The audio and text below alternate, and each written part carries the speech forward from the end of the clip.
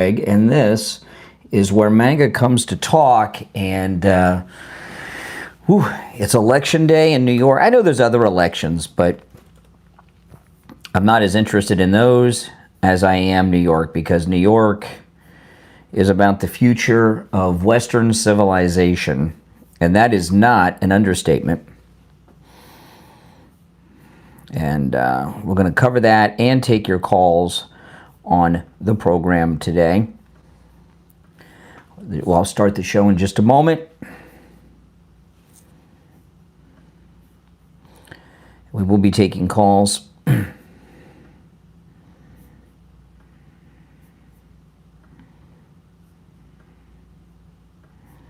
as well.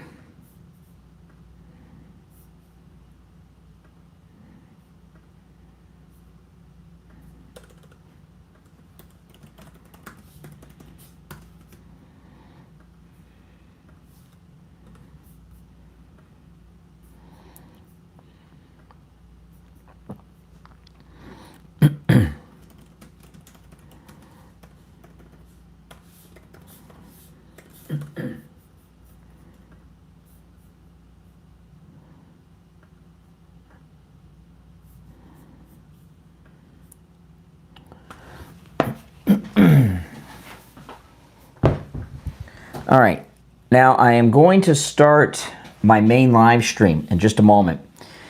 You know, when you're watching with the green behind me, if you want to see and hear the video, the audio, and the images and everything I go over, you have to go to my main stream, and there's a link to my main stream in the description of the video.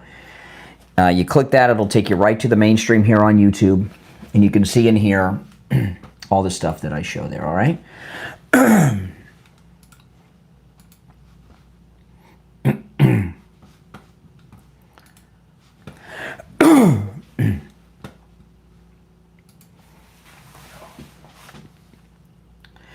Welcome to the program, everyone. My name is Brian Craig, and this is where MAGA comes to talk. Welcome, one and all. Well, this is it, right? This is it.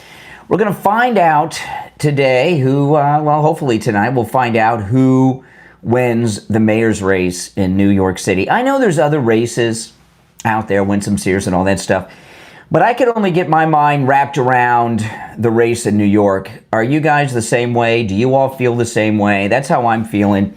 And I think that's for very good reason, because the mayor's race in New York City is about the future of Western civilization and our American civilization as well. I mean, I don't think there's any other way to put it. It's that serious. So there's been a lot of momentum in Cuomo's favor in the last week and a half.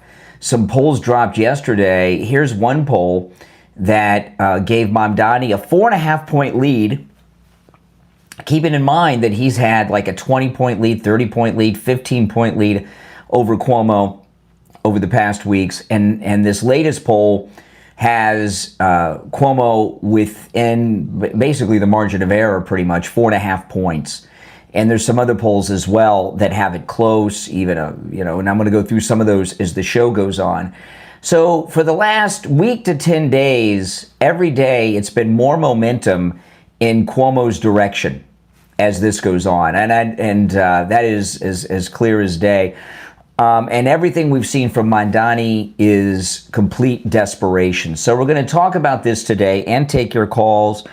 And right before I went live, I was at Starbucks getting my coffee, and I was going through the news on X to see if I'd missed anything in the 5 minutes it took me to get to Starbucks from my house, and I saw something that just really pissed me off. Something very disturbing, which I made a video that's up on Patreon. If you're a Patreon supporter, I did a quick Patreon only exclusive Patreon member live stream telling you exactly what I'm referencing right now. And I'm so angry about it that I'm reluctant to mention it quite yet, because I want to cool off a little bit before I start sharing my thoughts on what I came across. But I did share it with you guys on Patreon, so if you become a Patreon supporter, you can see that. but it's pretty bad. It's pretty bad. I gotta cool off before I talk about it, because you don't want to talk about something on the air when you're in a rage. And this particular thing I saw has me in a rage. And when you're in a rage, you're not thinking so clearly, right? So I need to cool off about that particular issue, at least for a few minutes, before I bring it up. But let's get into New York City right now. And this is probably, and I'm racking my brains, this is probably the most important mayoral race in the history of the United States, at least in anyone's lifetime. When was the last time so much was riding on a mayor's race in any American city? And everyone knows what Mamdani represents and what will happen. I've been talking about it, but most people, including they don't want to talk about it because it's a Democrat town, and Cuomo's still a liberal Democrat. So they're afraid of being called racist and stuff. So they're not talking about the elephant in the room, which I have been. But these latest polls that are coming in that has Mamdani only 4.5 points ahead are good news, I think, for us. I wanted to share, let me pull this up. This is a black woman in Harlem, and she's talking about what voting is like in the mayor's race in Harlem. And she mentions a lot of very important stuff. Now, if you're on hold, hang in there. If you'd like to call in, the number is toll-free wherever you're tuned in from. It's pinned in the live chat. The number is 888-465-2631. 888-465-2631. Toll-free call no matter where you're watching. And, of course, this is the pre-show. The radio show will not be starting for 35 minutes or so. So we've got some time until the radio show. So I have a couple of clips I want to play that have language I cannot use on the radio. This is the first. I'm hoping 24 hours from now I'm going to go live and we'll be celebrating that Mamdani lost. It's really up in the air. We have no way to know. With the data we have, there's no way to predict how this is going to come down. Is there really? So there's no predicting going on right now because it's too close. So anyway, here's a black woman. She's voted in Harlem, and she's talking about what's going on. Oh, and I just want to say, if you're watching on my live stream with the green wall behind me, to see and hear all the video, hear the audio, and the images I show and everything, you have to go to my main YouTube live feed. The link is in the description of the video with the green wall behind me to my mainstream, and you can see and hear all the audio and video and things I'm showing.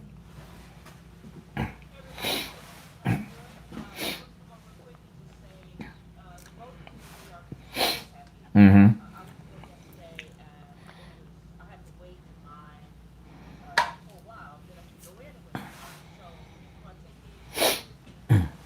Mm.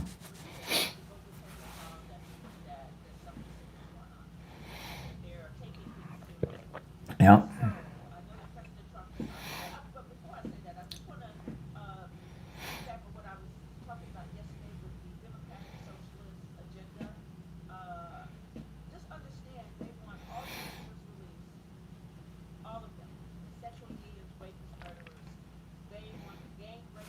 Yeah.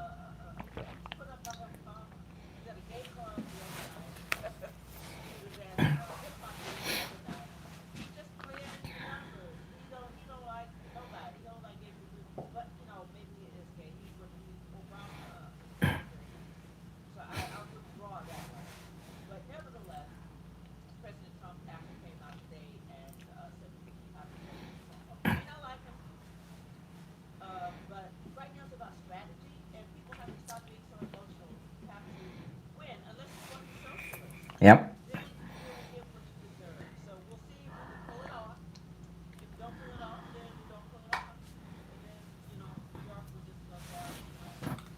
Mm-hmm.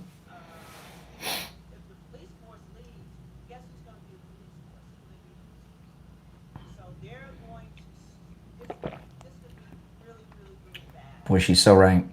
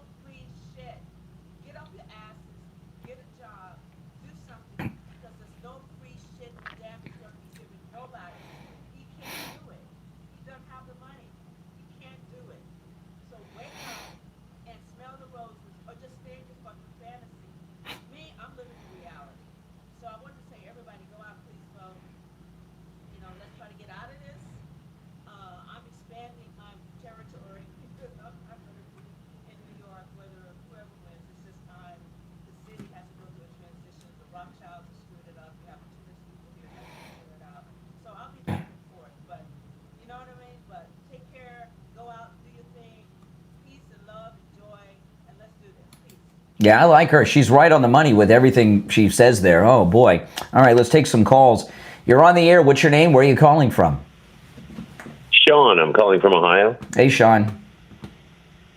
Hey, Brian. I had a couple things I wanted to run by you. The Supreme Court coming up on Wednesday is the most critical decision that's coming up for this administration. Which one's that? Well, about the tariffs. Oh, Trump will win that.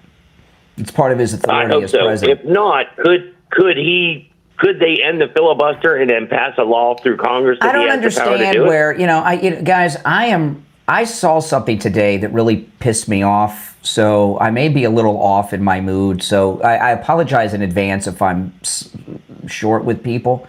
But I'm tired of this bullshit that these judges are going around thinking they're the supervisor for the president of the United States. They can all go fuck themselves, okay? And I'm sorry to use the language. I apologize, but I'm really pissed. Agree. And as an example, they order Trump to pay for the food stamps. Well, why they're at it? Why don't they just order the Democrats to go and vote for it? I mean, what the hell is going on here? I mean, this is just complete BS that's going on. I'm sorry to tell you. I'm tired of these freaking judges. They got another Clinton judge ruling on something. These judges are just out of control. They're showing us what Republicans used to talk about: activist judges and legislating from the bench. That's what's going on here. That's exactly what they are. Yeah.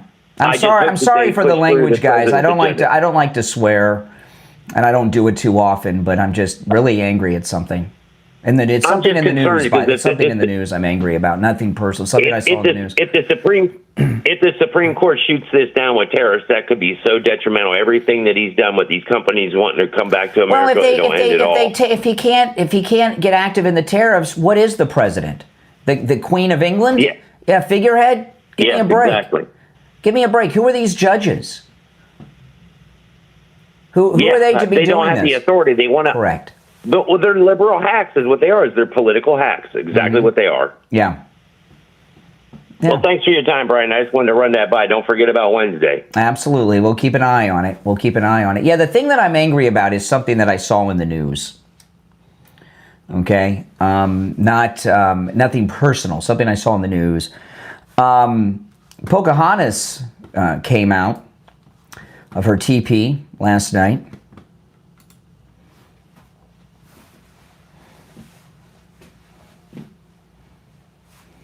Here you got this woman here, Pocahontas.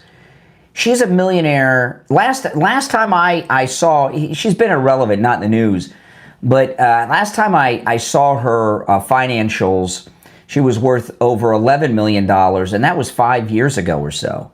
So here's a woman who's a millionaire a dozen times at least over, and I'm down with the common man and the free stuff, and you guys got to pay for it.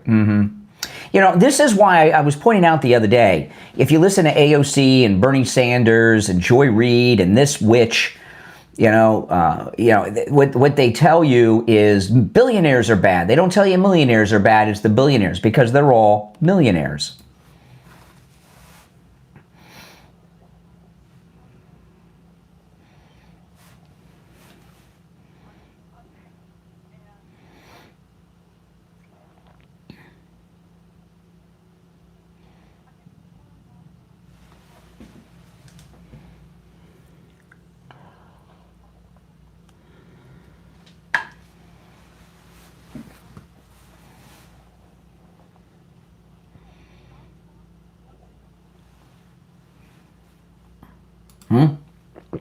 See, now millionaires are good guys. It's the billionaires that are bad, because they're all millionaires.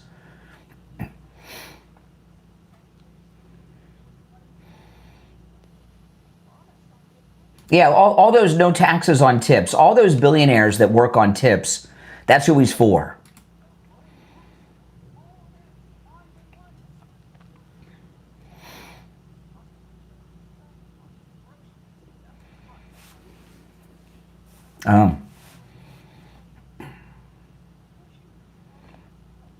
Really, I'd like to ask Pocahontas here. She said Halloween candies. What was the price of Halloween candy this year, and what was it last year and the year before, or even ever? Really think she, as rich as she is, do you think she pays attention to the prices on the Halloween candy?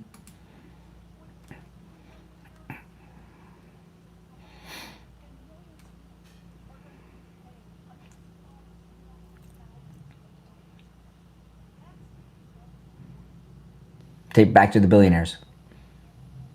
See, millionaires are good guys. Billionaires are the devil, because they're millionaires.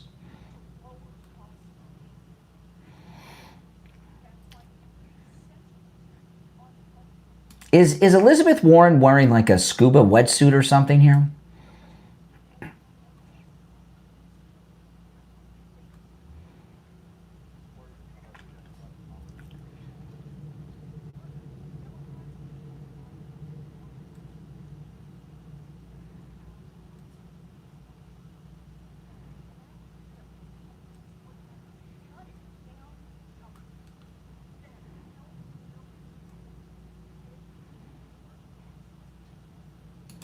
And again, it's all about their precious illegals. It's all about their precious illegals, everything, right? Millions of Americans. She means South Americans, Central Americans, and Latin Americans, not United States of Americans. All right, let's go. You're on the air. What's your name? Where are you calling from? Doc from Texas. Yeah, what's up? Okay, good morning. How are you? All right. Hey, hello? Yeah. Hey, I just wanted to say, MAGA Mike Johnson, I guess in the afternoons, he probably go in his office and he probably saying, because I be laughing at him when they ask him questions, I don't know nothing about that, I don't know nothing about that. Dude, do you know anything sometimes?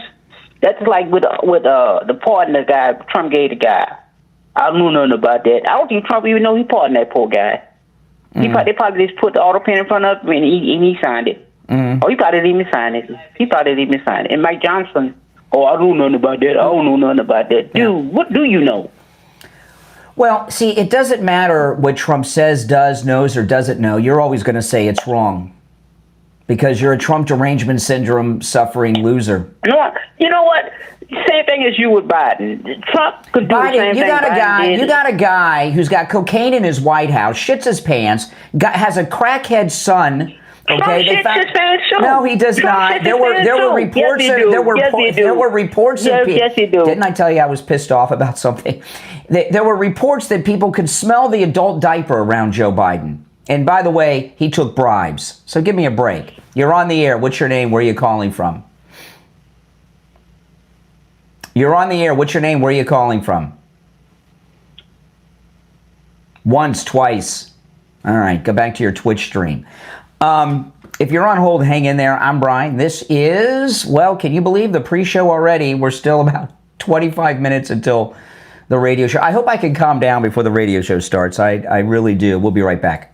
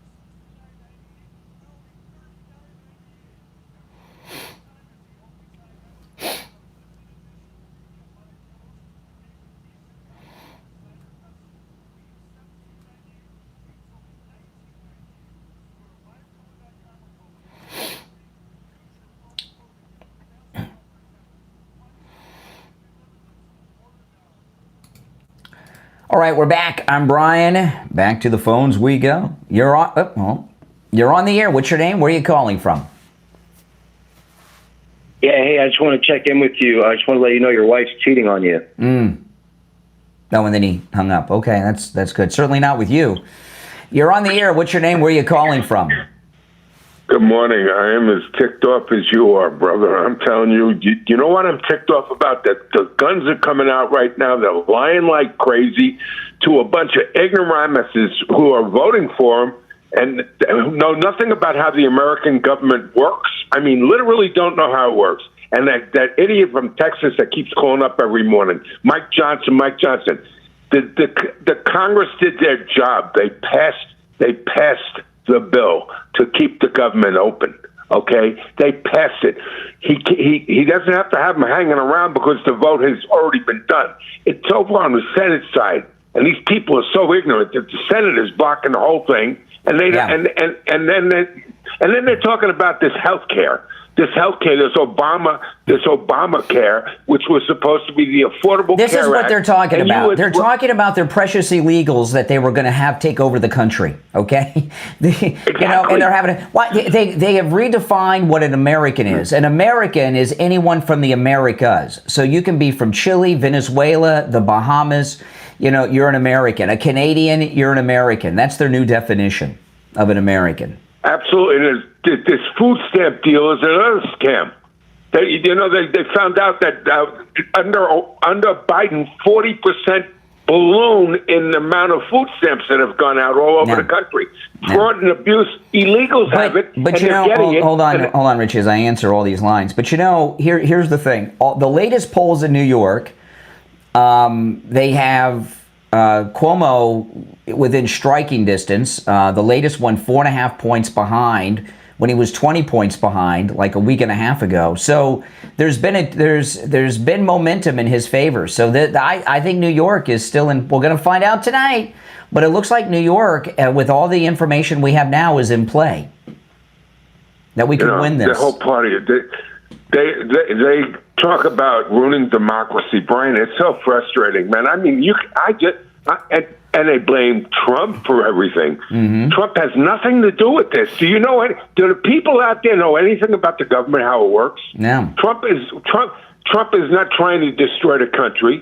And they always throw up the billionaires. That, like you said, in other words, the boogeyman is the billionaires. The millionaires, they're millionaires now. So that you like. The millionaires are heroes now. So they're the heroes. They're the common working man. They have to. Yeah. They have to have a boogeyman, and they have a bunch of ignorant voters. Yeah. I mean, I heard people. I mean, they're totally ignorant voters. I'm more frustrated about that. This is what you get when you flood the country with illegal people. And then this is why when the country was originally founded, I don't know offhand what the net worth was, but you had to have a certain net worth to vote, a property owners, right? Yeah. And right. the reason they did that, and they should have kept it that way.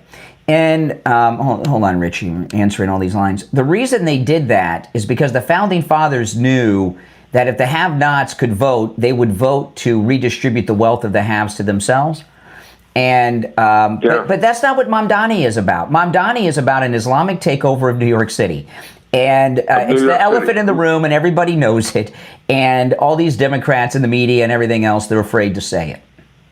They're afraid to say it because they don't want to be well, at this point, I don't think they care, but they want this. Let me tell you something. California voted for Ronald Reagan, a Republican. Mm-hmm. When they and the model of having illegal people in this country works in California because all the money had been dumped into California with all the illegal people. Yeah. You'll never see another Republican and Ronald Reagan did an amnesty. It was a small amnesty compared to what the Democrats, but he did an amnesty. But they realized that they were going to get all the money from the federal government to supplement these people. So now it's a model. California is never be a Republican again. Well, one of the reasons that President Trump is shutting down the Department of Education is because the Department of Education has been giving the states money for all these illegals in the classrooms. Right? They get money per pupil. 100%. That's another reason they want them in school is they get money for them. Emergency rooms, food stamps, education, food stamp, housing. How much can we go on? And California get all these people vote for Democrats because they're getting the handouts. I know. So they see that. And here I am getting out of bed at 1:30 in the morning, doing at least 2 shows a day, 7 days a week. So a bunch of fat asses can sit around and get their SNAP benefits. Well, are you freaking kidding me? You know what else? You know how they change? Yeah, you know how they change California, and then they change Colorado. Colorado was a deep red state, not full of the same crap as in California. And all you got to do is legalize marijuana, and you're gonna and put that up there, and then that's the next thing. These people are destructive. They have no moral character. Most of them are atheists, or they don't believe, or they're hypocrites, and they're uneducated. Yes. Fools. Yes. All right, Richie. I'm going to run, so but Richie has the golden pass. He gets to call twice if he calls during the pre-show. Okay. All right, let's go. You're on the air. What's your name? Where are you calling from? Good morning. How you doing? This is Maria from Florida. Hey, Maria. Hey, how you doing? All right.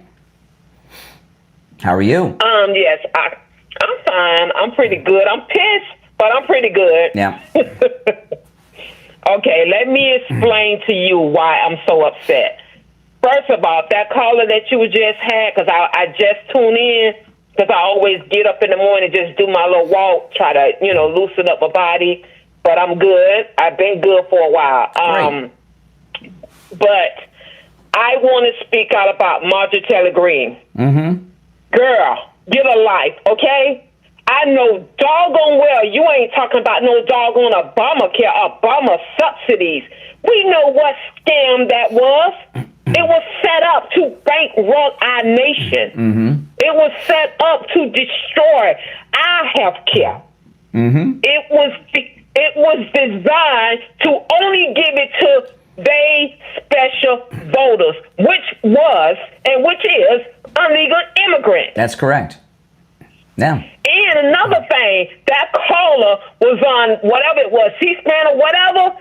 I tweeted it. And I tweeted on Facebook. I tweeted on Instagram because it came to my page. I didn't see it like point blank. But when she said she was a Republican or whoever it was, no, you're not a Republican because we don't do that. We don't do that. Try to blame Mike Johnson for something he already did. Yeah. You know? Yep. You know, Trump getting blamed for everything in the world. I'm sick of it. I'm tired of it. Stop lying and grow up. People in this nation, grow up and do your research and look who closed down the government. It was the Democrats. It was the Democrats. That's right. That's right. I'm sick of it. I've never heard you this upset before, Maria.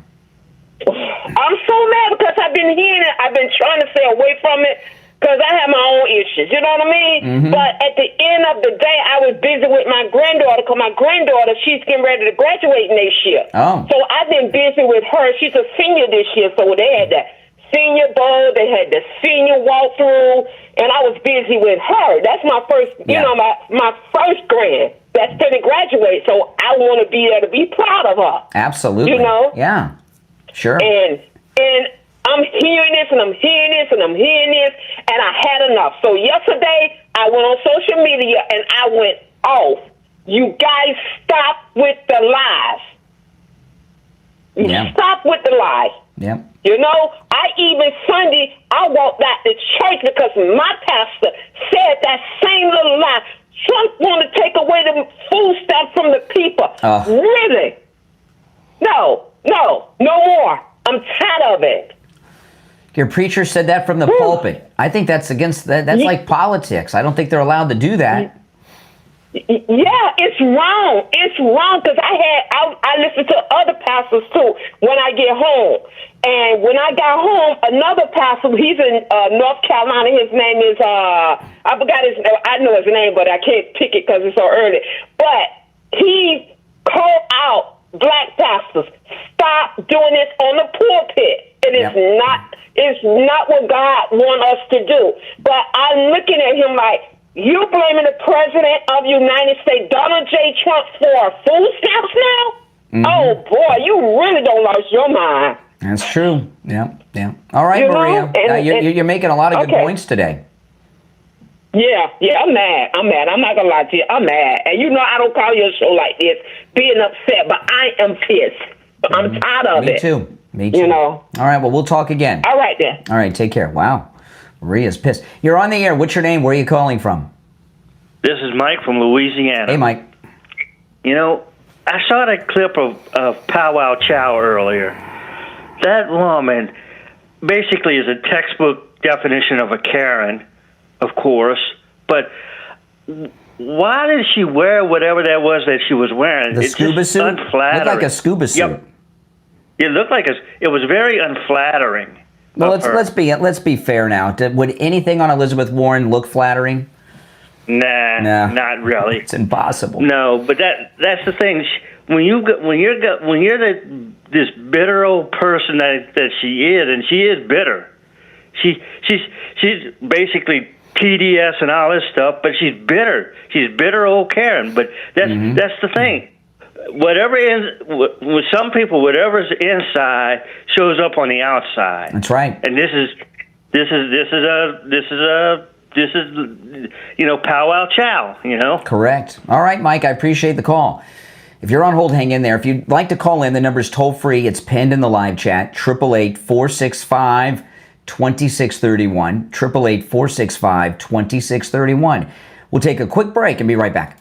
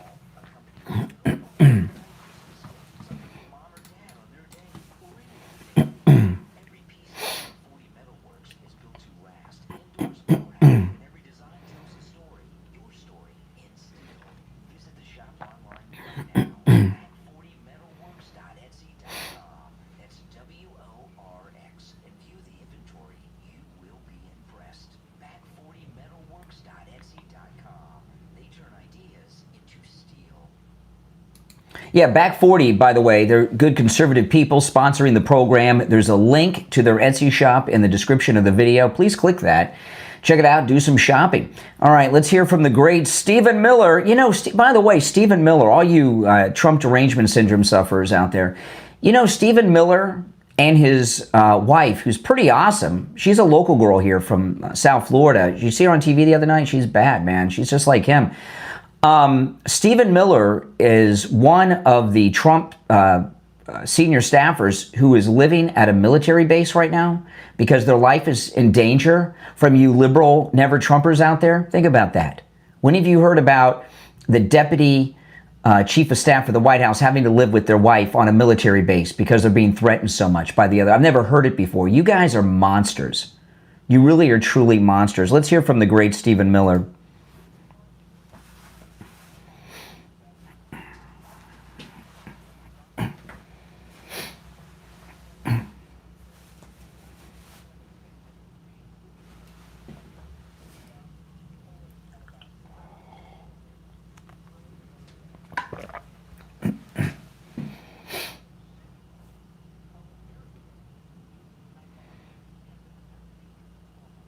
Yeah. You know, if Cuomo loses and Mamdani wins, it's Curtis Lewa's fault.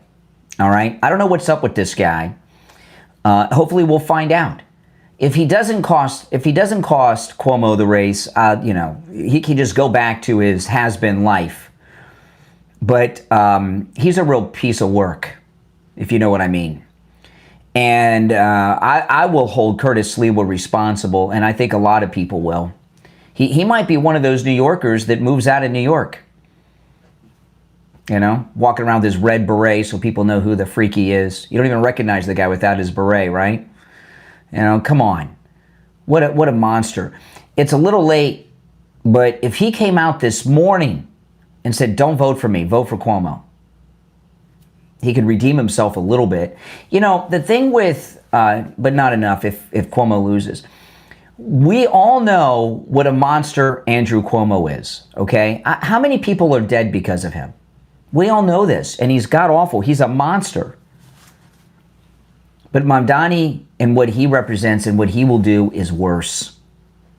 So believe me, the president and Stephen Miller and all the rest of us are very well aware of everything to do with the evils of Cuomo. Okay? We're all aware of that. And this is textbook voting for the lesser of two evils. Now, here's a man who worked for the government his whole life, but has amassed a fortune working for the government of $80 million. Schumer.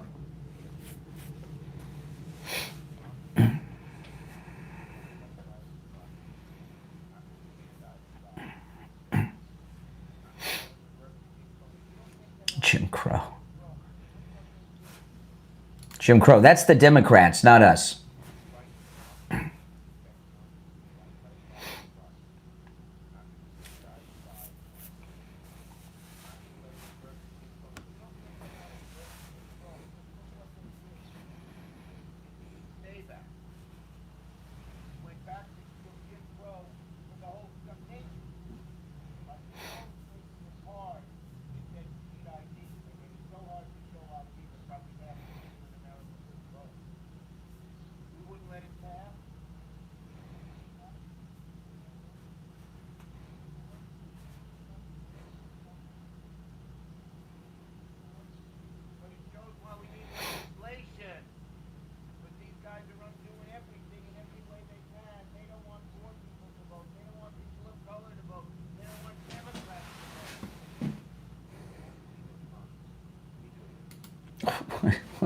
What an asshole. I'm sorry. You know, and yeah, I wear reading. These are, I have great vision except up close. The glasses that you see me wearing when I'm live streaming, these are reading glasses like he wears. And I wear them on the air so much because I've got the chat room going or I'm reading articles and everything else. I have perfect vision far away. It's just up close. And I had LASIK vision correction like 25 years ago.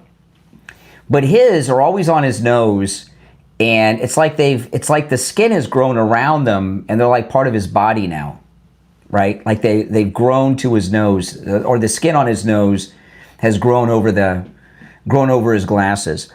Hold on, Mike at the radio station is texting me. Hold on, he's going to let me know when we're going to be live. Okay, we got a few minutes till we're live. But there's something I saw in the news this morning that pissed me off, and I've been very angry.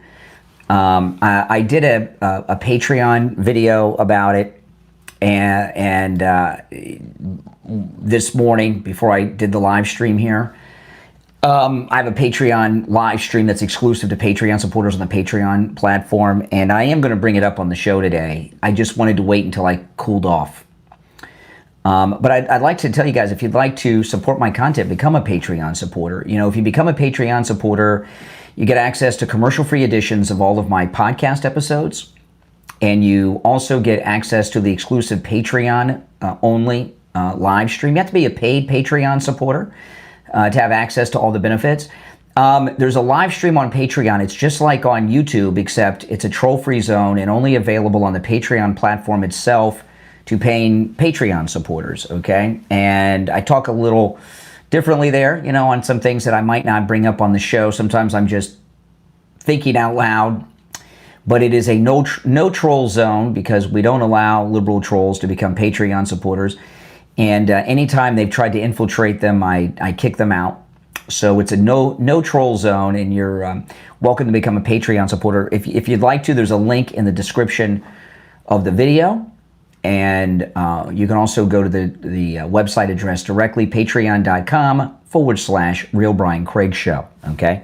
And there's all kinds of perks and benefits if you do that. All right, hold on. I got to get organized here. We're going to be live in...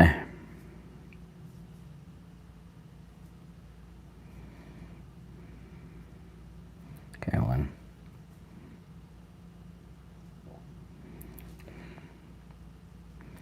Let's see here. Okay.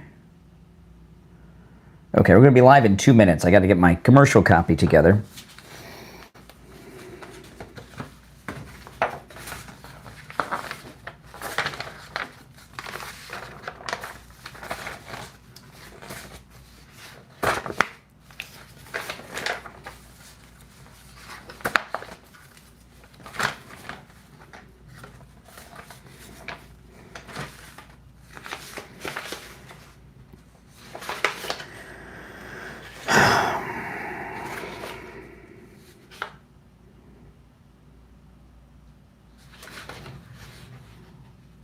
That copy is old.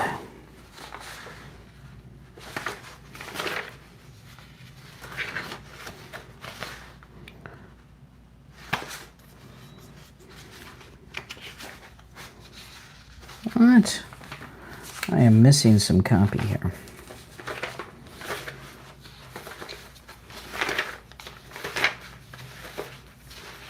Oh, here it is. Okay. There it is. All right. Less than a minute and we will be live.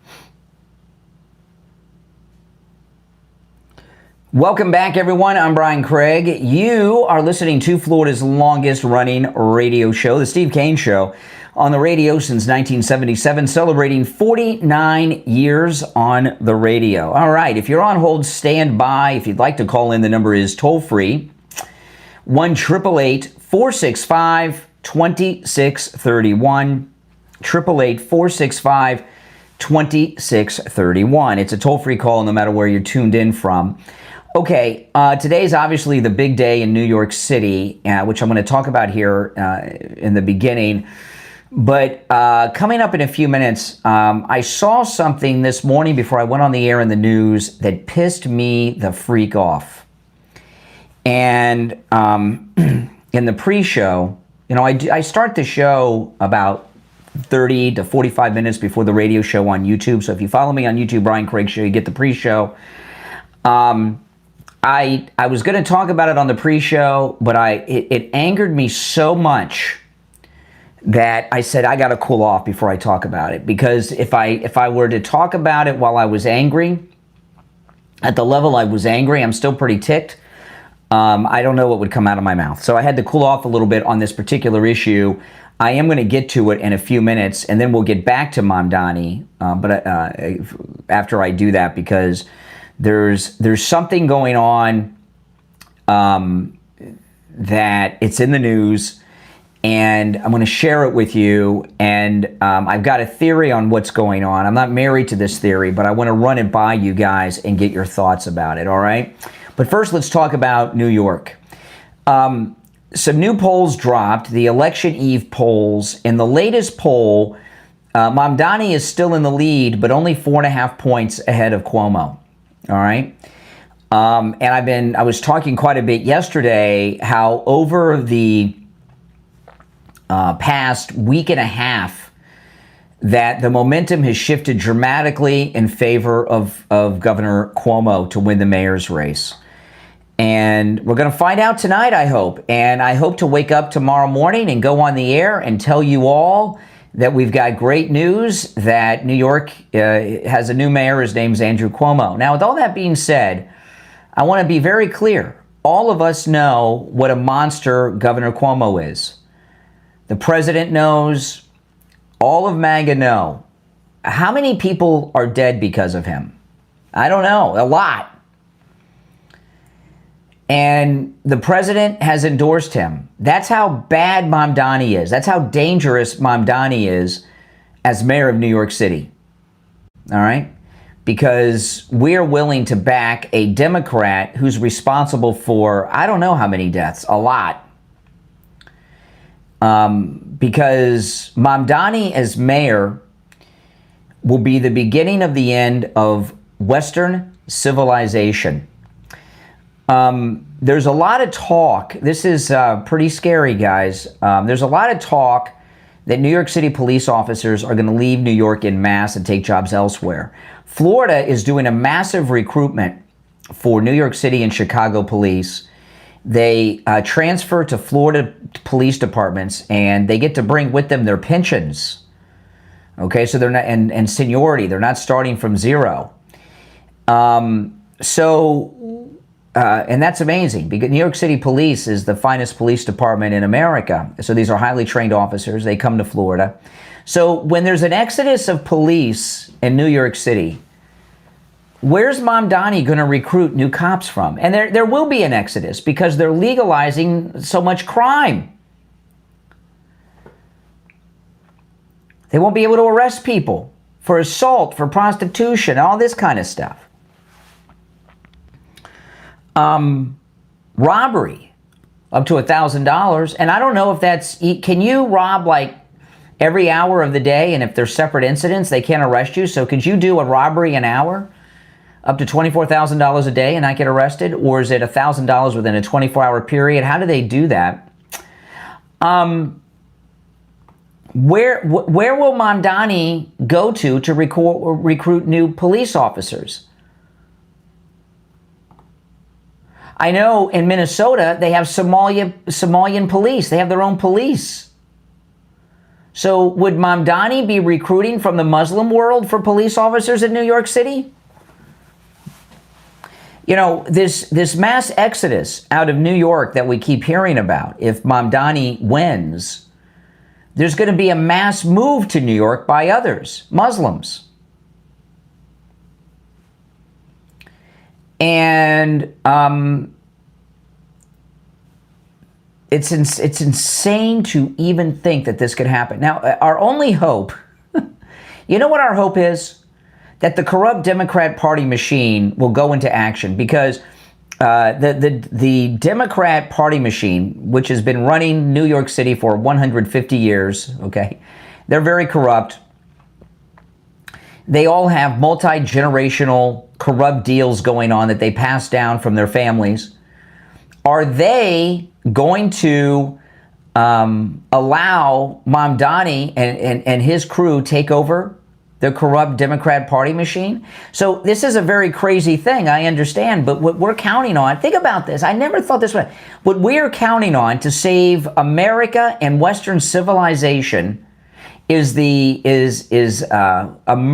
monster of a former governor who's responsible for how many deaths? Is there a number on that? How many are dead because of Cuomo? And the corrupt Democrat Party machine, the Tammany Hall types, right? That's what we're depending on right now to save our country and our civilization. And the loss of American and Western civilization is not an exaggeration if Mamdani were to become mayor. And for those who say, well, you know, maybe they need to experience this socialism. They experienced it with Dinkins and we came back with Giuliani. The problem is the people that'll be moving to New York will not be Americans, right? So there's not going to be another Giuliani type after Mamdani. It'll be another Mamdani type after Mamdani. Don't you get it?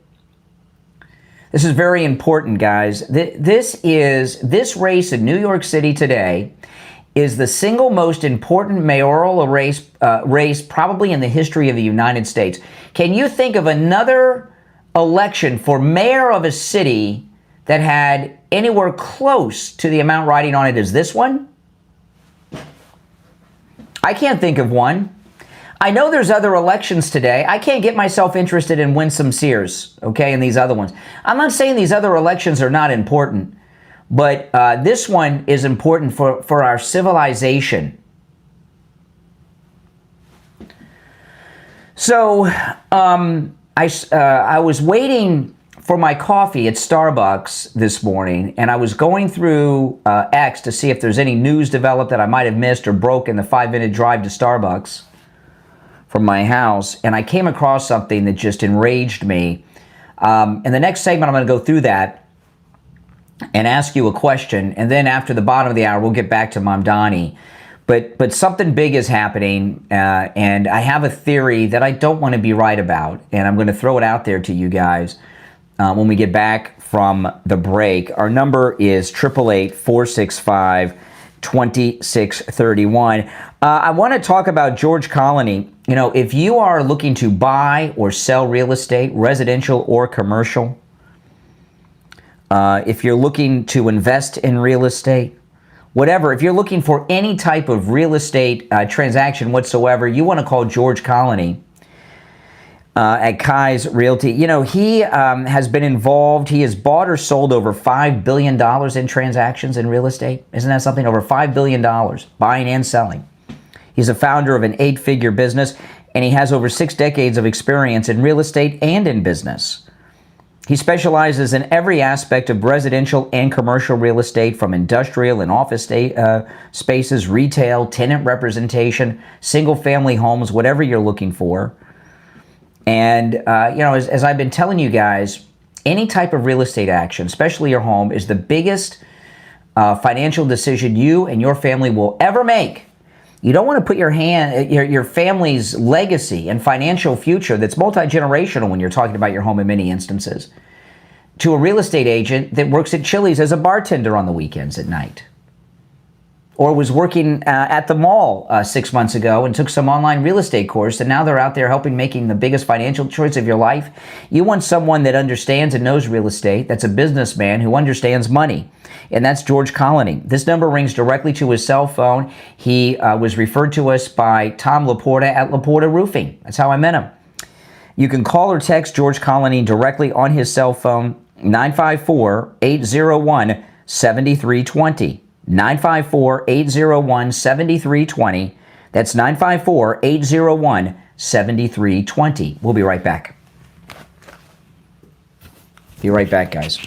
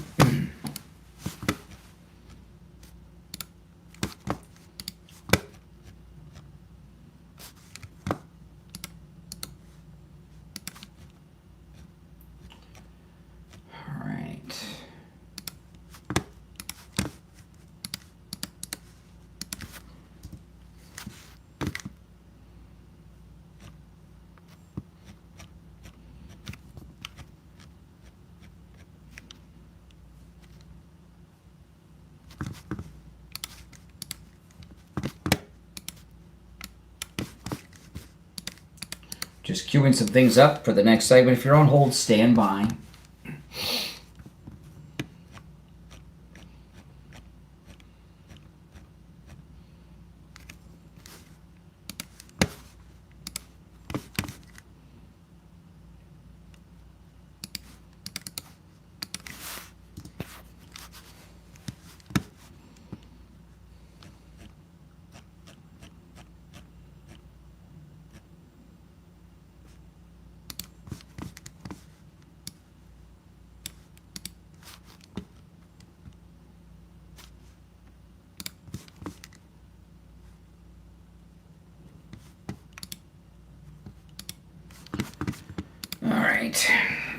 If you're on hold, hang in there.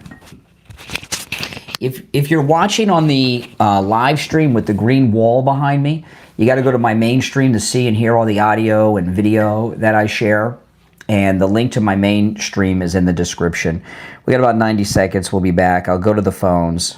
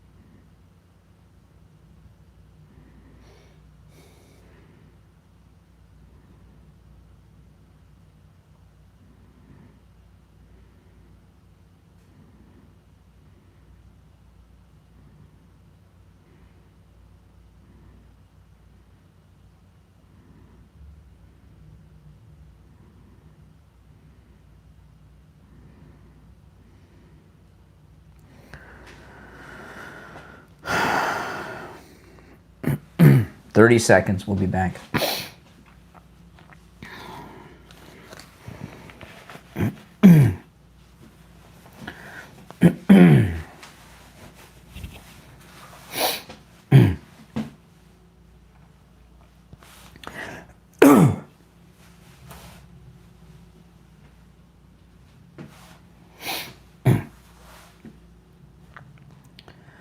Welcome back, everyone. I'm Brian. It is the Steve Kane Show, Florida's longest running radio show. You're on the air. What's your name? Where are you calling from? Hello? Yeah, you're on the air. What's your name? Where are you calling from? Paula. Okay, Paula. You got to listen on your phone. Turn down the volume of whatever device you're listening on in the background. There's a delay. You got to listen on your phone. Listen to you. Anyway, I just want to say I have a feeling that what is his name? Hansi, the one that ran for the Europe, that might be bringing a communist in. He might be funded by Soros, Joy, whatever. So anyway, New York better get up and move. Go vote for the angel, the guys. I forgot his name. But anyway, don't vote for Curtis Lee. Curtis Lee was a vote for Mamdani. That's stupid. No. That's stupid. What the hell's wrong with you? Why would you vote for a guy who can't win in New York City? I'm not voting. A vote for Curtis Sliwa is a vote for Mamdani. Don't be stupid. Oh, really? Yes, he can't win. Well, oh, I know, but that's not fair. But it's not fair. Oh my goodness, are you serious? Why would you throw your vote away for someone who can't win? I know, but who would we vote for? Cuomo. You got to vote for Cuomo. Yeah, that's what I want to vote for. You said the guardian angel. That's Curtis Sliwa. Oh, no. So who do we vote for? Tell me. Cuomo. Oh, Cuomo? Really? Yes. Okay. I know, it sucks. What are you going to do? You want CARE running New York City? You want CARE running New York City? Because that's what you'll get with Mamdani. He's backed by CARE. I don't like him. Well, I don't want New York to run by communism. So I think the guys from South Africa, born whatever native, he crying crocodile. He funded by communists, so it's All right, not good I for appreciate America. the call. I mean, you got to have 2 brain cells for me to have a conversation with you. Okay, so let me get into. I'll get back to Mamdani in a minute. I saw something on X today from the New York Times. And they have a story. Listen to this. They've got this picture of Nick Fuentes, making him look like he's some kind of model. And it says Nick Fuentes was Charlie Kirk. This is the New York Times, right? They have this glamour shot, model photograph of Nick Fuentes, okay? And they have this headline over it. Nick Fuentes was Charlie Kirk's bitter enemy. Now he's becoming his successor. New York Times, they have named this idiot punk, racist, anti-Semite lunatic who sounds like a young Mark Levin. That's right, gosh, that's Tucker. You know, doesn't he sound like Mark Levin? The New York Times has named him the new Charlie Kirk. And that's what pissed me off this morning when I saw it. And then I started realizing something. Tucker Carlson is CIA. He is CIA. And I did not know this until the Putin interview. And Putin had pointed out, when Tucker interviewed him, he had said, oh, you applied for the CIA, but you didn't get in. And then I found out a couple months back that Tucker Carlson's dad was a lifelong CIA guy. And Tucker now admits this, but says that he only found out his dad was in the CIA after his dad died, which is complete BS. There's conflicting statements on this. I'm going to play you some audio of Tucker in a few minutes talking about all this. Tucker has even made the claim, didn't do it with his suck-up interview last week, but with Nick Fuentes. But in the past, Tucker Carlson, he was talking to Candace Owens a while back. He said that he thought Nick Fuentes was a Fed. And yesterday, Dinesh D'Souza released a statement that if Nick Fuentes becomes the face of the MAGA movement, which Tucker Carlson's helping make happen and working with the New York Times, that the MAGA movement's going to lose minority support. I'm going to play some audio clips of Tucker in a moment, but is Tucker Carlson and Nick Fuentes working together as feds to bring down the MAGA movement? I'm serious about that. Are they working to bring down the MAGA movement? And I'm here to tell you, I think the answer to that is yes. Listen to this. This is Tucker. A while back, he was interviewing Candace Owens on his show. Here's Tucker. He's talking about Nick Fuentes here to Candace Owens.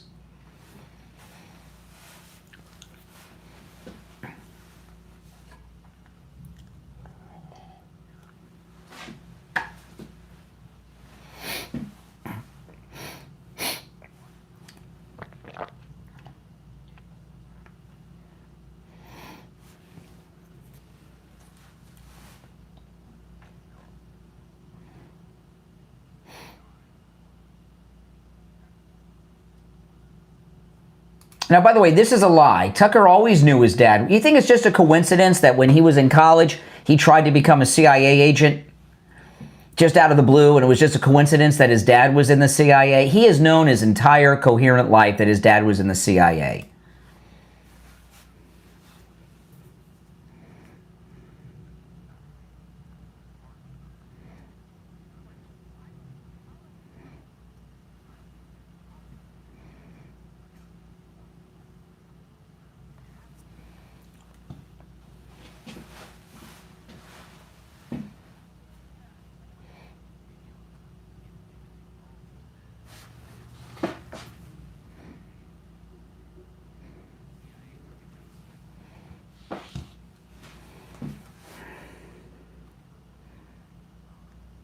See, it's towards CIA, not the CIA, which is a tell that you are CIA, because the CIA people don't say the CIA, they say CIA, they drop the.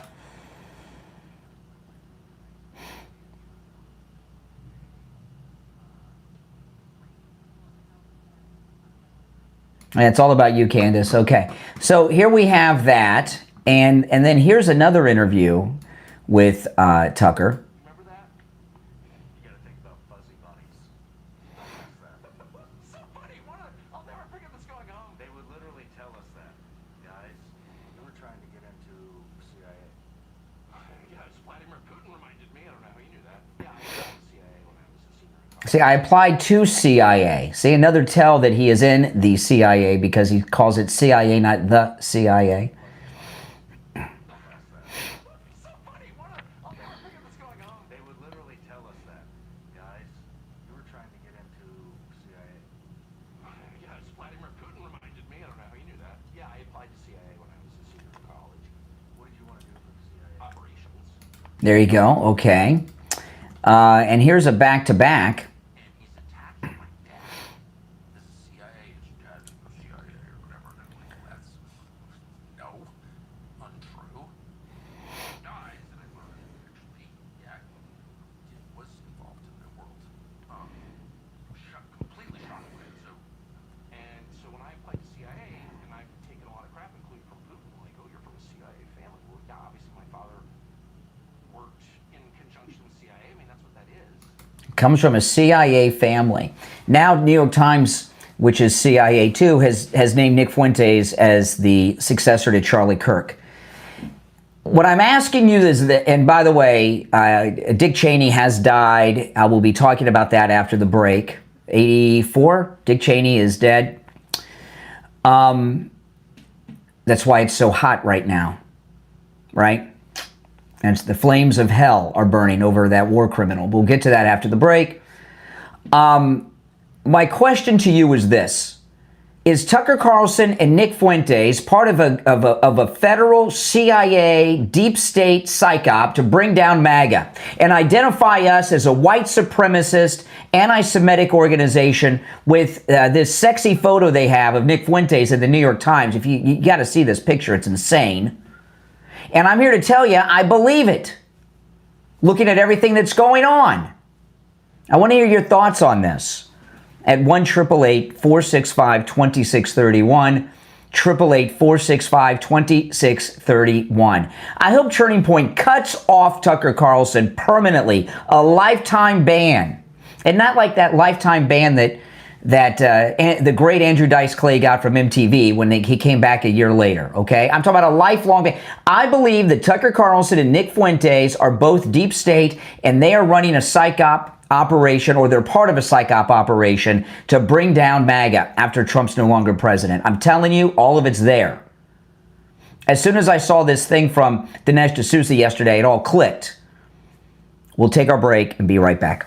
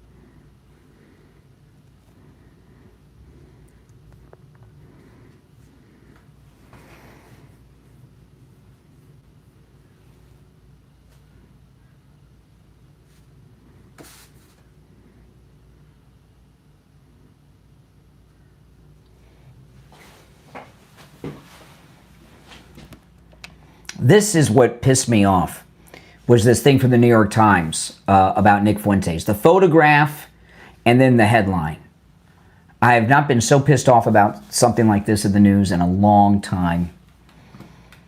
in a long time, but that pissed me the freak off. Big time. Big freaking time.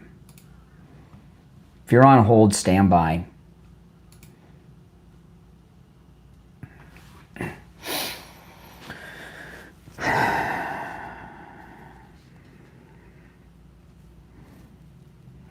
What do you? I want to hear your thoughts on this Tucker Carlson, Nick Fuentes op to destroy and discredit the MAGA movement. They're crafting, and if Turning Point and these others keep inviting Tucker, they're helping them do it.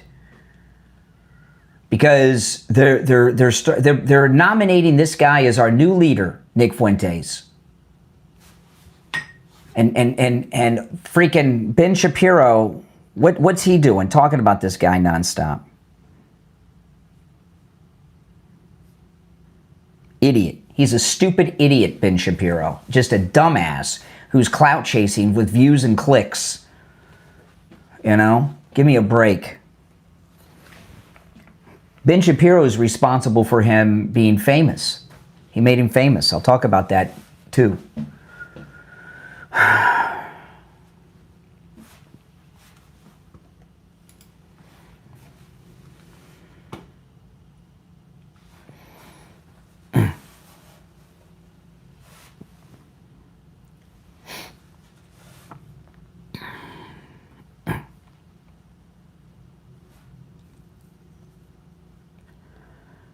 We're back. I'm Brian. It's the Steve Kane Show. Dick Cheney has died at the age of 84, and just a monster.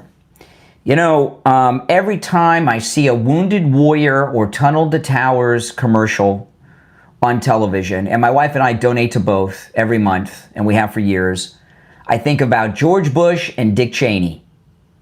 Okay? I'm disgusted by them both. I'm ashamed of both of them, and they're both monsters.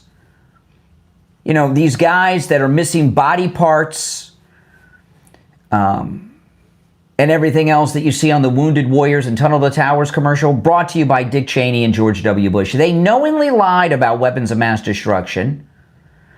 It was a deep state op. So that they could get rich and keep the wars going. Cold War was over. The military-industrial complex needed to be fed. And George W. Bush and Dick Cheney did it. I remember when Bush, when he was running for president, and he went out there and he brought in Dick Cheney, who was his dad's defense secretary during the Gulf War, to lead a committee to search for a running mate for George Bush. And oh boy, shocker, Dick Cheney, the committee he led determined that he was the best candidate to be vice president. Next thing you know, we get attacked 9 months later or so, and we're at war. Then that war wasn't enough. Afghanistan, They lied about weapons of mass destruction and got us involved in a war in Iraq that they lied to us about. There were no weapons of mass destruction. They didn't find squat, and they knowingly lied.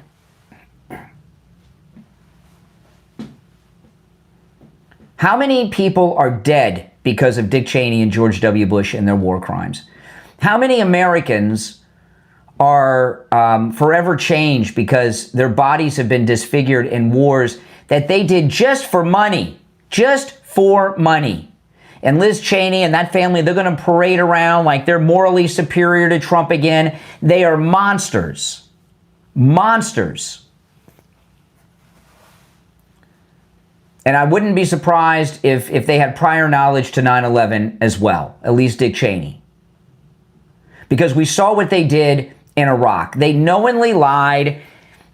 They worked with their partners in British intelligence to craft phony intelligence briefings, just like the Russian dossier came from British intelligence. They knowingly lied about weapons of mass destruction. We know that for a fact. That's not even up for debate, right?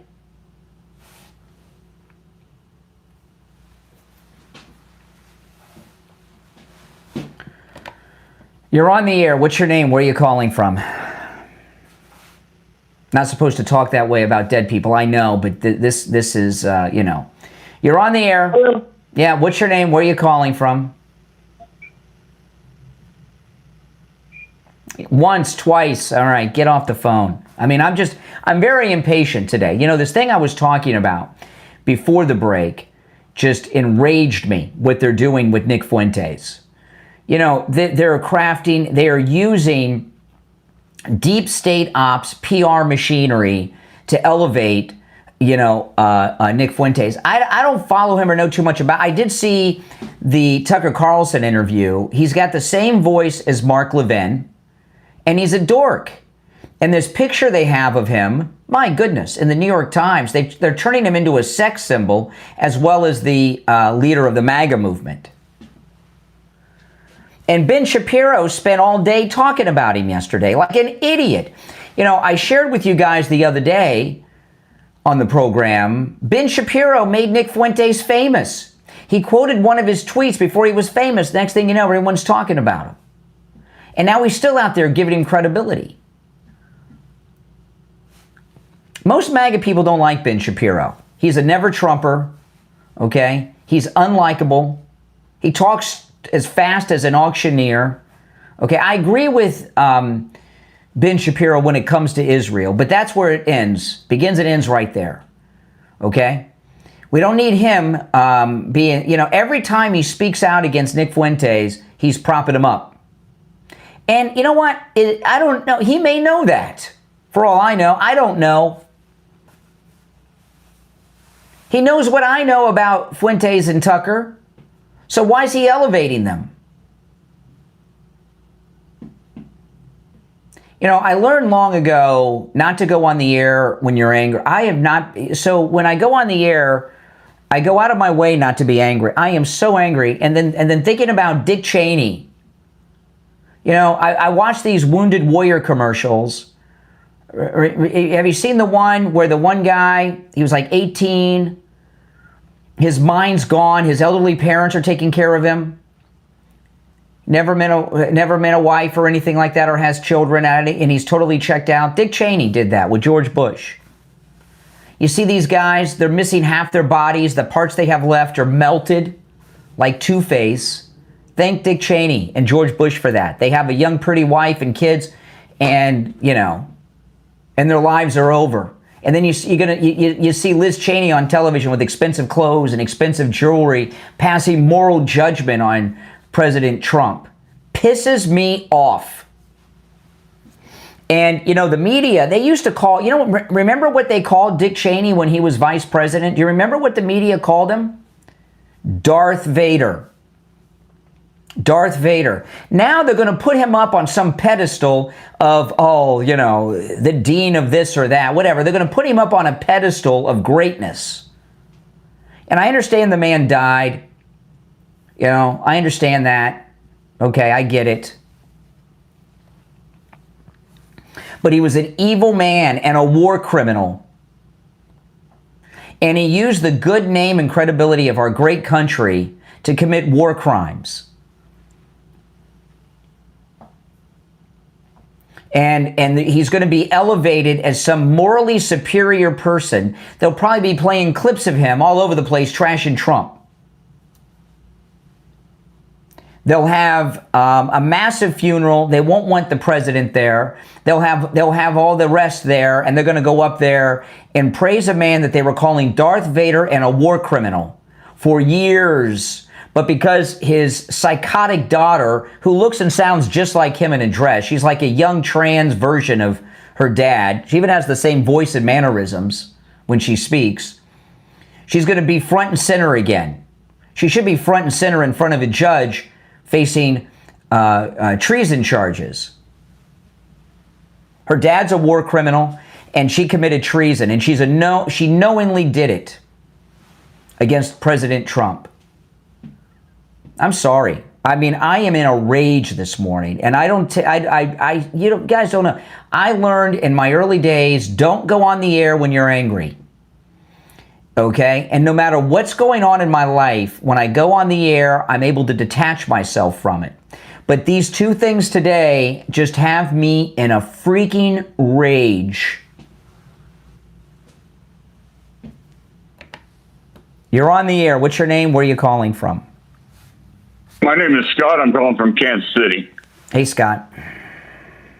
Hey, my trouble with all the Bush family, it began with Gulf War I. I thought, what the heck are we doing going there?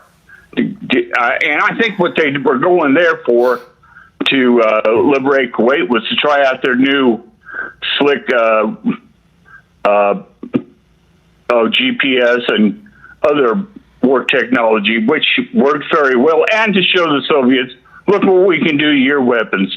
Look what we we'll get you. Something happened. I don't know. And I don't know why we went there, but I know why we went back.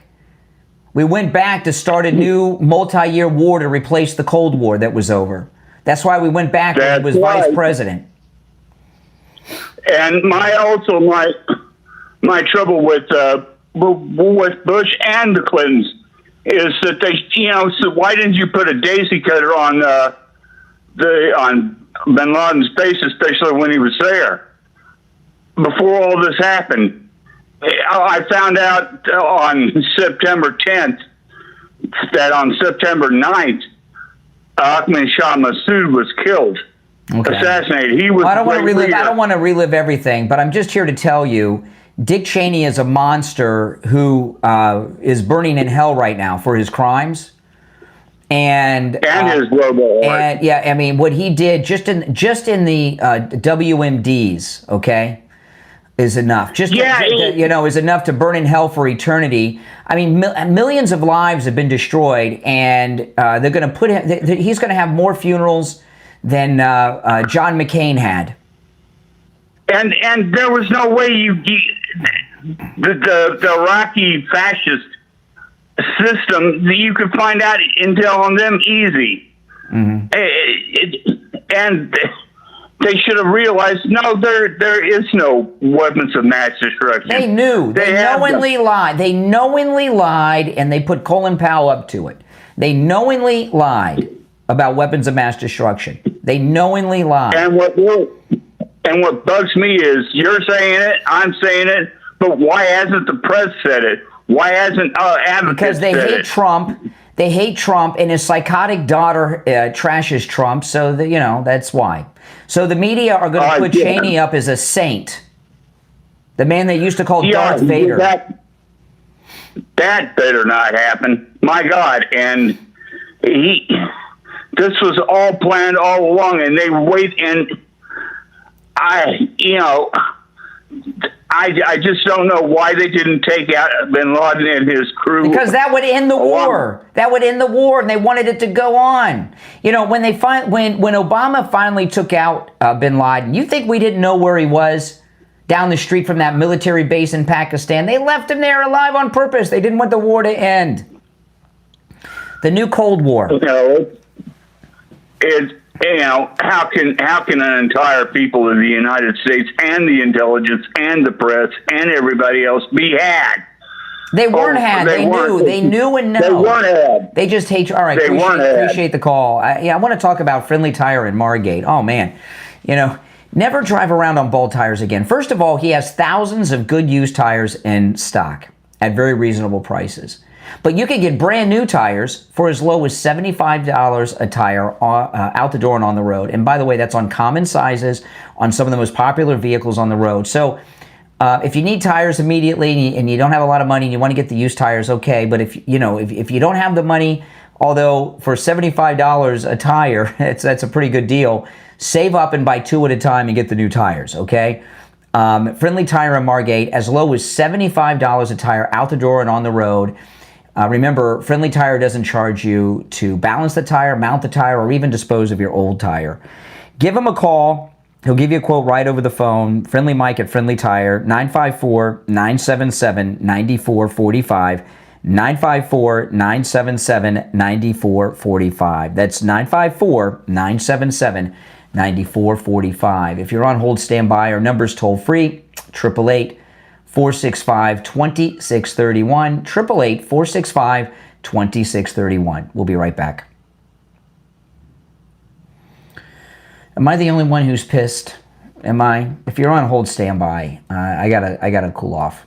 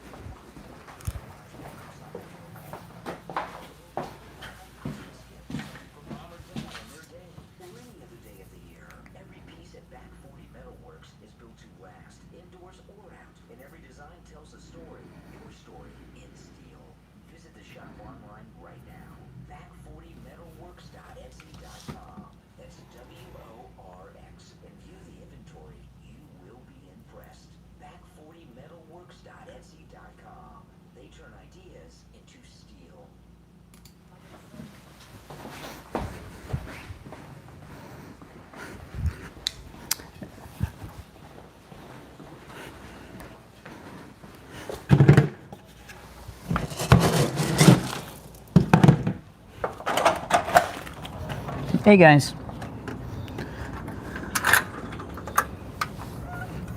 I'm feeding cats.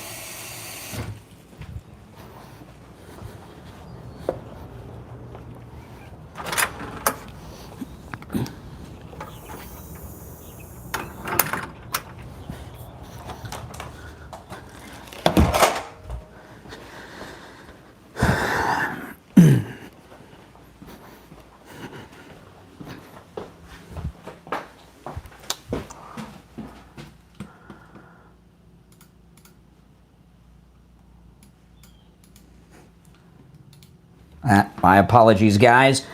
I went to, during the break, I went to feed the cats. And I didn't make it back in time. All right, we're still in break on the radio. If you're on hold, stand by. I'll take the calls when we get back. I mean, I'm just in a freaking rage this morning. And I just don't like it.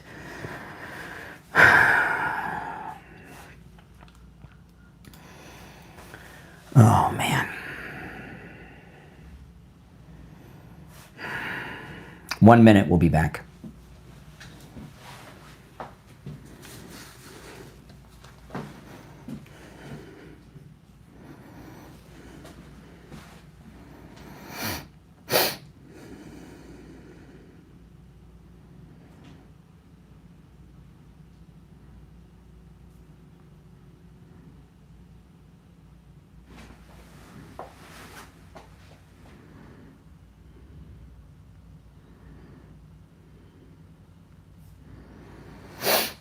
About 30 seconds, we'll be back.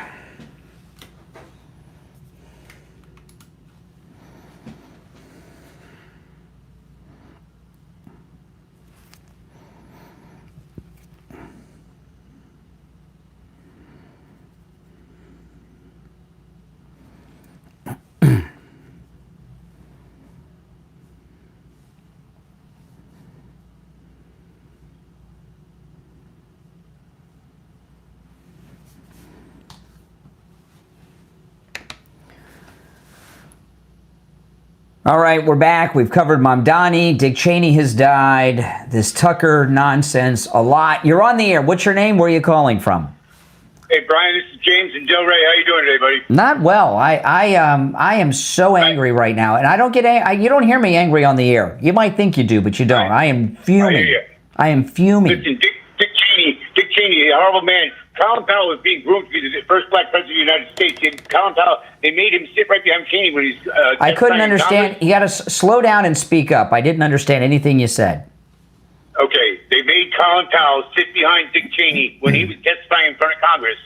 Okay, because he was wanting him to take some of the blame.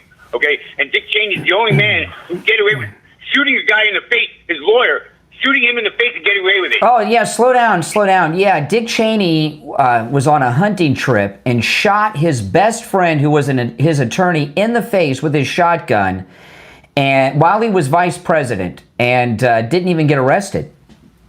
Nope. And you know, I mean, he was the CEO of Halliburton Oil Company. I mean, where did all the oil go? What do you think happened? Do you think that shooting was really an accident? No. What do you think Don't happened? Shoot somebody in the face. I think he was getting rid of the guy that knew where everything was. Oh, he survived. His personal attorney. Well, he told me. But I guess it sent a message. Don't mess around with Darth Vader. You may get shot in the face. He's a horrible man. A horrible man. He lied to the American public about the weapons of mass destruction and continues his lie. And do you think he divested himself of all of his holdings of Halliburton? No. Do you think Dick Cheney's burning in hell right now? He is. He is. You know, how many millions of lives, not just Americans, but throughout the Middle East and in other countries and coalition forces, how many people are dead because of the WMD lie? And how many people's lives have been destroyed because they're missing body parts and such? It's horrible. Horrible. Hey, listen, I appreciate you, man. Thank you so much. All right, take care. Yeah, I mean, this is just... And those of you out there that are Democrats and never Trumpers, you know, you say all the time that, you know, you MAGA people out there, you call us MAGA crazies, that you MAGA people, you know, oh, you know, you support Trump, you just blind supporting Republicans. Here we are. We have our president asking you to vote for a monster, Cuomo over Mamdani in New York, and MAGA is supporting that. We're all telling you, vote for Cuomo in New York, not Curtis Sliwa, right? Knowing he's a criminal too. And I would think I'm not going to be the only MAGA person on the air today talking about Dick Cheney. I just pulled up the story and seen. Let me see. I haven't read this yet. If you're on hold, stand by. Let's see how CNN describes Dick Cheney. Dick Cheney, America's most powerful modern vice president. I don't know about that. I think JD is pretty powerful. Yeah, he's got all kinds of public support behind him, too. Dick Cheney, America's most powerful modern vice president and chief architect of the war on terror, who helped lead the country into an ill-fated Iraq war on faulty assumptions, has died, according to a statement from his family. He was 84. So CNN, they're not calling him a war criminal. They said, chief architect of the war on terror, who helped lead the country into an ill-fated Iraq war on faulty assumptions. See, they don't want to talk about British intelligence manufacturing intelligence, because that's where it came from, because British intelligence is where the fake Russian dossier came from. The 46th vice president, who served alongside George W. Bush for 2 terms, was for decades a towering and polarizing Washington power player. In his final years, however, Cheney, still a hardline conservative, nevertheless became largely ostracized from the party over his intense criticism of President Donald Trump, who he branded a coward and the greatest ever threat to the republic. Well, they did say it. In an ironic coda to a storied political career, he cast his final vote in a presidential election in 2024 for a liberal Democrat and fellow member of the Vice President's Club, Kamala Harris, in a reflection of how the populist GOP had turned against his traditional conservatism. So, you know, this is what we had as Republicans before Trump. Phony. Phony. He didn't have to vote for Kamala Harris. He could not have voted if he's got such a moral objection to Trump, which is fake. So says we don't need Eichmann here voting for Donald Trump, right? He didn't, and if he was a real conservative, he would never have voted for Kamala Harris. As a protest, he may not have voted, but not for Kamala Harris, or maybe voted for whatever loser libertarian they had on the ticket. Cheney was plagued by cardiovascular disease for most of his adult life, surviving a series of heart attacks, to lead a full, vigorous life and live many years in retirement after a heart transplant in 2012 that he hailed in 2014 as the gift of life itself. Yeah, like he took lives. How many people's lives were taken away by Dick Cheney with his lie of WMDs? Anyone know? What is the count on all of that? I don't know. A former Wyoming representative, White House chief of staff. Yeah, he was chief of staff to Nixon and defense secretary to Bush 1, was enjoying a lucrative career in the corporate world when he was charged by George W. Bush with vetting potential vice presidential nominees. The quest ended with Cheney himself taking the oath as vice president, blah, blah, blah, blah, blah. Oh, man. You're on the air. What's your name? Where are you calling from? This Brian? Yes. Hey, Brian, how you doing? Not well. I just like to say I hate Dick Cheney's guts. Now he's dealing with the devil, and I don't like Donald Trump either. I know you like Trump. Why don't you like Donald Trump? Why don't you like Donald Trump? Come on. I understand Cheney's a war criminal. They're both screwballs, my friend. Give me an example. Give me an example of Trump being a screwball like Dick Cheney.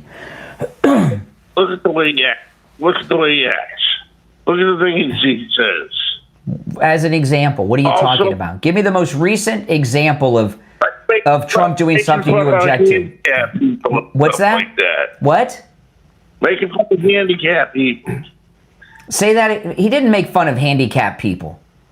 Yes, he did. No, he didn't. He made fun of someone that he didn't know was handicapped, who happened to be handicapped. It was a fake news reporter, but that was like 10 years ago. Do you have something more recent than a decade ago?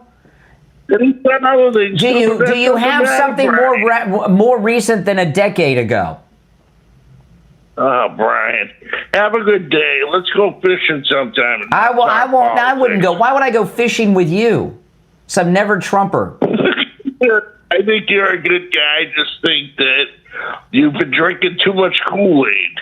You're drinking too much. Oh, who's that voice in the background? I heard a voice in the background. Oh. His nurse's aide. Are you in pain? Go see Dr. Appleton and say bye-bye to your pain like I've done 7 times. You know, Dr. Appleton's robotic laser works. It works. It repairs the damage in your body that's causing the pain. He's rid me of pain 7 times, and out of all of those 7 times, none of the pains have returned, whether it was from my injuries, falling off my skateboard, whether it was my arthritis, my knee injury from a car accident. His laser treatment works. The consultation is free. Take advantage of that no-charge consultation and let Dr. Appleton tell you how he can rid you of pain with his robotic laser away pain treatment. 954-973-0710. 954-973-0710 and online, AppletonCairo.com. All right, 1 hour down, 2 to go. It's the Steve Kane Show. My name is Brian Craig. We'll take our break for the top of the hour. Come back with more right after this.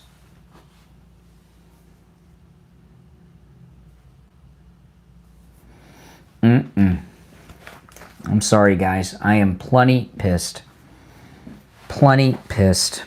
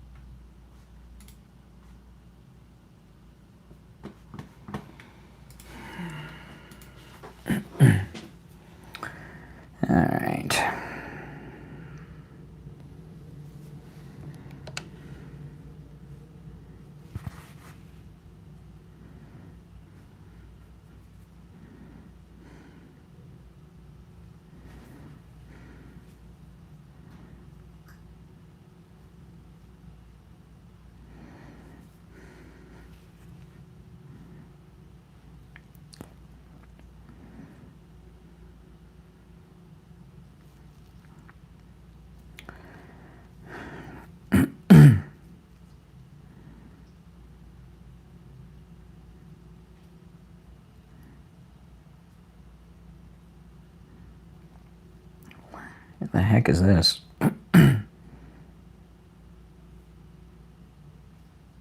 Unbelievable. What a jerk this guy. I'll show this when we get back. Bunch of jerks. If you're on hold, stand by. I'd like to hear your thoughts on everything I brought up today. I'm just, and I apologize if I'm being short with you. I was so pissed about that Tucker Carlson, Nick Fuentes, New York Times story.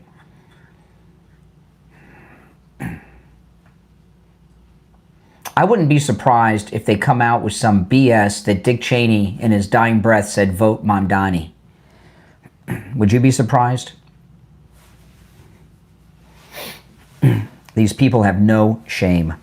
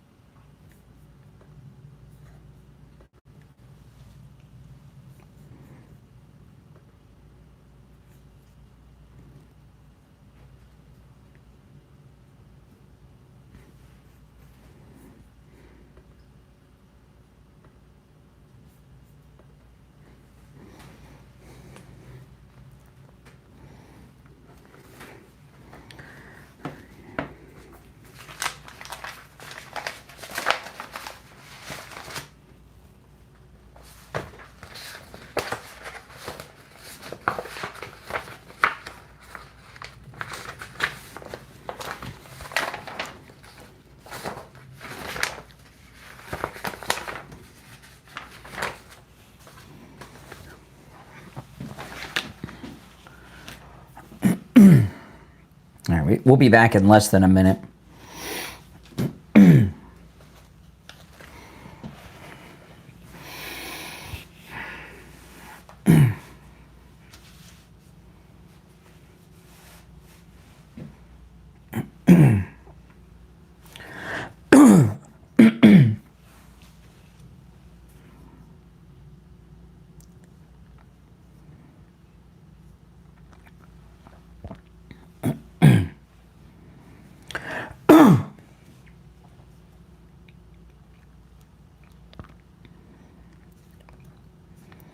Welcome back. Hour number 2 has begun. I've covered a lot. Dick Cheney has died.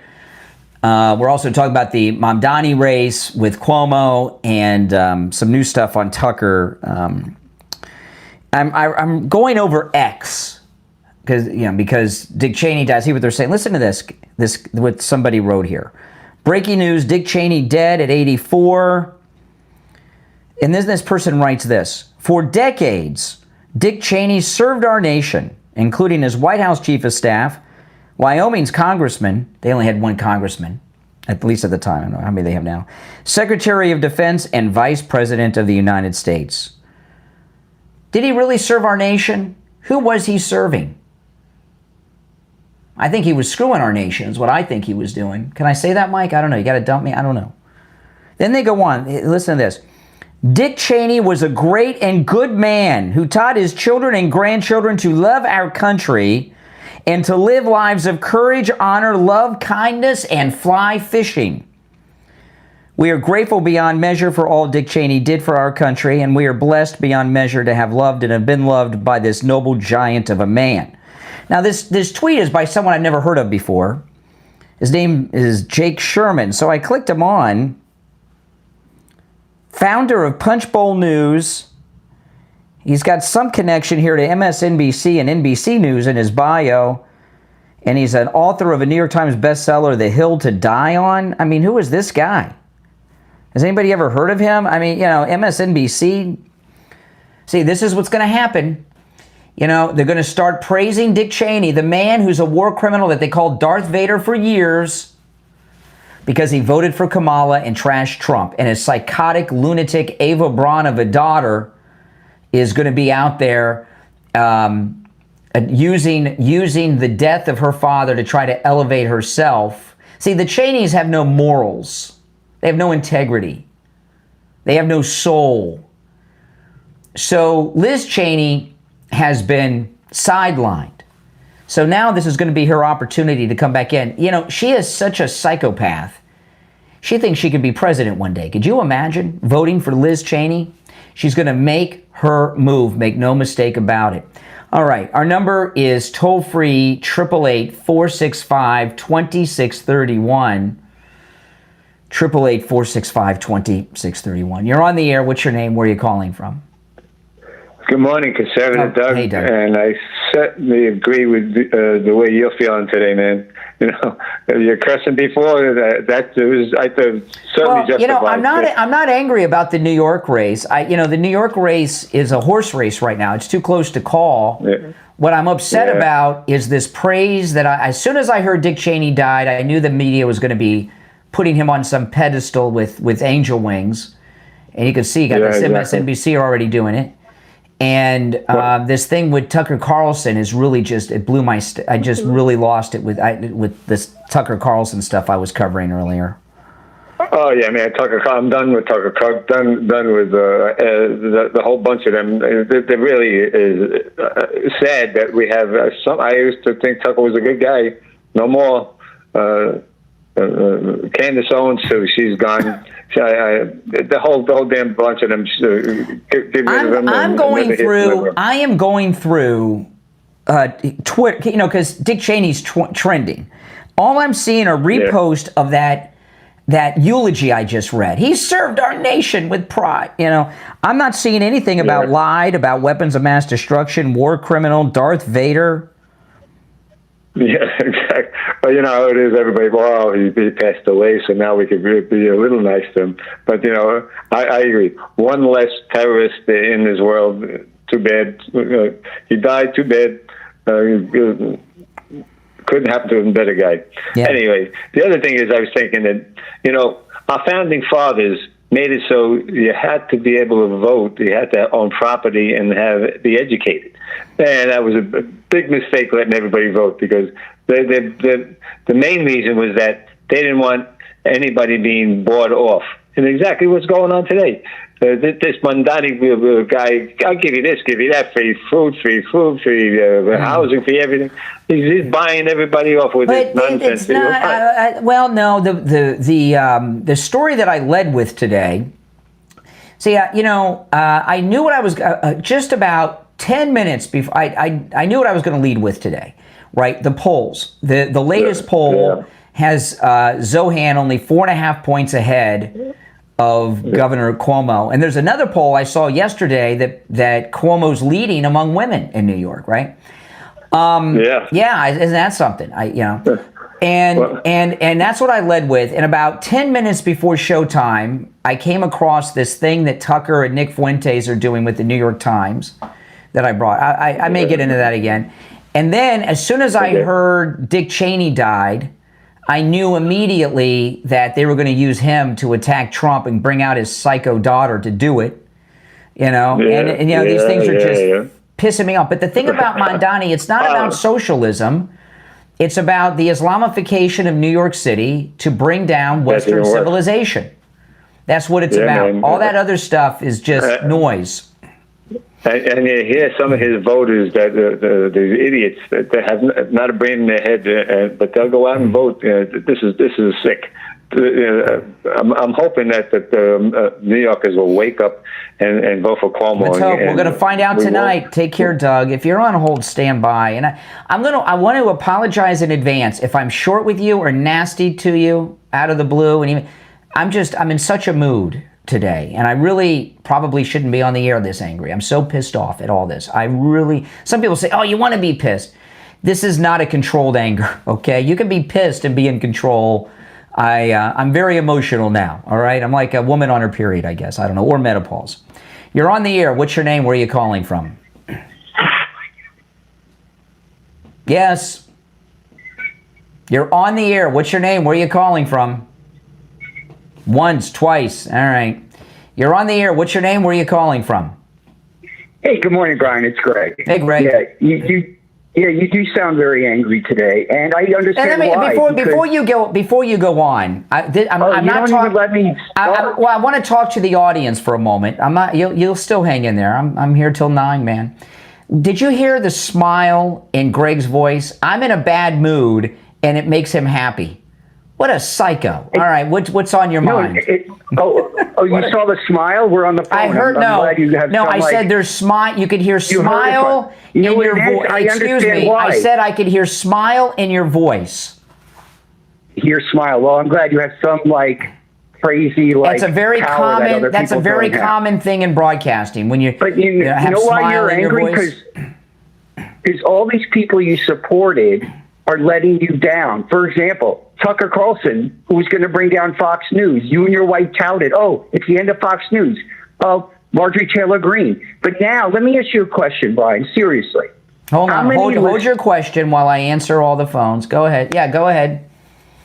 How many listeners do you think, because you say you have great influence, you change them from Democrats to Republicans, etc., how many listeners did you influence to vote for Bush and Cheney? Well, we didn't know they were war criminals, and we didn't know they were lying war. Listen, a husband and wife get married, right? The wife doesn't know her husband's a scumbag till he catches him in bed with another woman. Some of these people they lie to you. People lie to you. But guess what? You must have some guilt thinking about it. Wow, I touted every listener. I have no guilt. Don't vote for Gore. I have no guilt. Oh, well, you should. You should. I should have guilt. I have no. Let me tell you, I have no regrets in my life. Okay, I don't dwell on the past like you. I have no guilt. Dick Cheney was no angel. He was the head of Halliburton, a defense company. You think he was an angel? I didn't say he was an angel. No, but even to vote for this man, you thought, the head of a huge defense. I'll give you an example. I'll give you an example, Greg. Okay, Bush won. Bush 41. Everybody thought he was a good guy on the right. In fact, there was one moment. It was very interesting in the 2000 campaign when his son was running. Bill Clinton got involved in the political campaign, which was at the time unheard of for sitting presidents. Bush 41 came out, H.W. Bush, and he said, he was asked by a reporter about Bill Clinton attacking his son. He said, if the president continues this, I'm going to tell the American people what I think about him as a man. And of course, he was talking about Lewinsky because that was a big story at the time. We come to find out a couple years ago, Barbara Bush wrote a book, a tell-all book about her scumbag husband, and she had set it up to be published after she died. And we find out that H.W. Bush 41 had a mistress, same woman, from the time he was ambassador to China until he died. He had her in the White House when he was president. When people betray you, you don't know that they're betraying you until you do, Greg.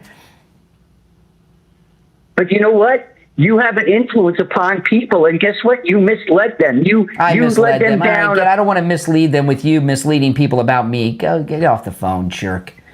You're on the air. What's your name? Where are you calling from? You're on the air. Once, twice. All right, you missed your chance. But you know what? It's break time. Let's talk about coastal weight loss secret. I was talking yesterday. I went to Universal Studios over the weekend with my daughter. And it was the first time I had been to a theme park. We got there at about 2:33 in the afternoon, and we were there till close to midnight. And it's the only time that the first time I should say, that I had been in a theme park for hours and hours like that since I lost all this weight. And at the end of the night, I was still ready to go. My feet didn't hurt, my legs didn't hurt, I wasn't tired. Because I lost all this weight, I had so much more energy. It was absolutely amazing. And now here we are, the countdown has begun to Thanksgiving, Christmas, holiday parties, the Jewish holidays, of course, everything. You want to look great for the people that you only see once a year or every 5 or 10 years or even more. You want to lose that weight, and you have plenty of time to lose it before Thanksgiving. Give Coastal Weight Loss Secret a call. Look great for your holiday parties, your Christmas parties, your Christmas events, your Thanksgiving dinner. Look great. Lose that weight. I lost 25 pounds in 3 weeks. They can help you no matter where you are in the United States. Give them a call and schedule your no-charge consultation. 561-247-5600. 561-247-6300. 561-247-6300. That's 561-247-6300. And online, coastalweightlossecret.com. We'll be right back.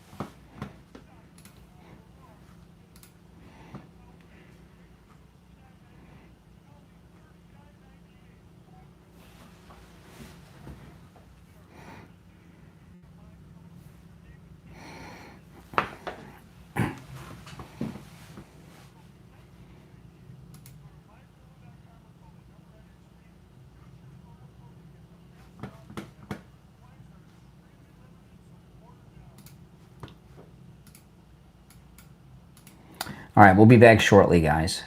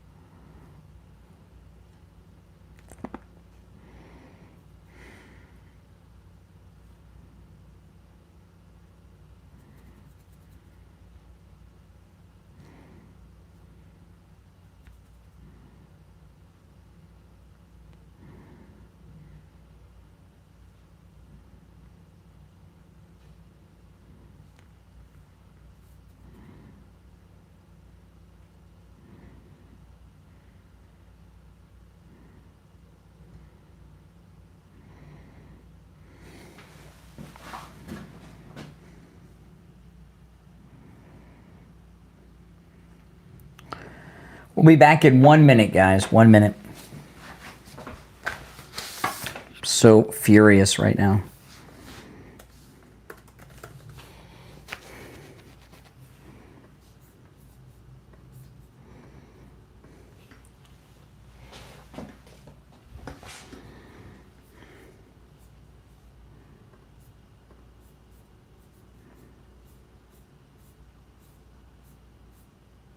Really? Okay. 30 seconds.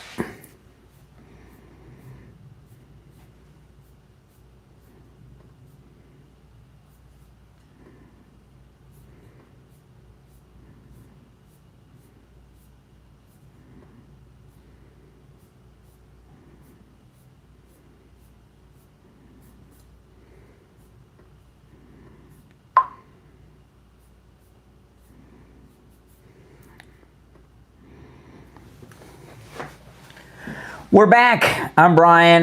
Let's go back to the phones. You're on the air. What's your name? Where are you calling from? Good morning, Brian. This is Bill from Sanford. Oh, hey, Bill.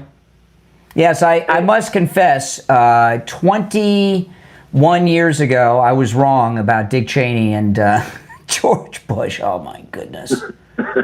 Give me a break. I'm sad that he passed away because I wanted to see him live long enough to visit his daughter in prison.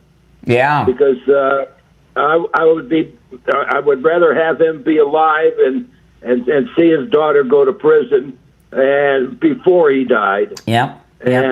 And in the obit, they probably forgot. He mentioned fly fishing.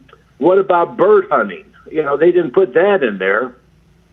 Here's the thing, okay?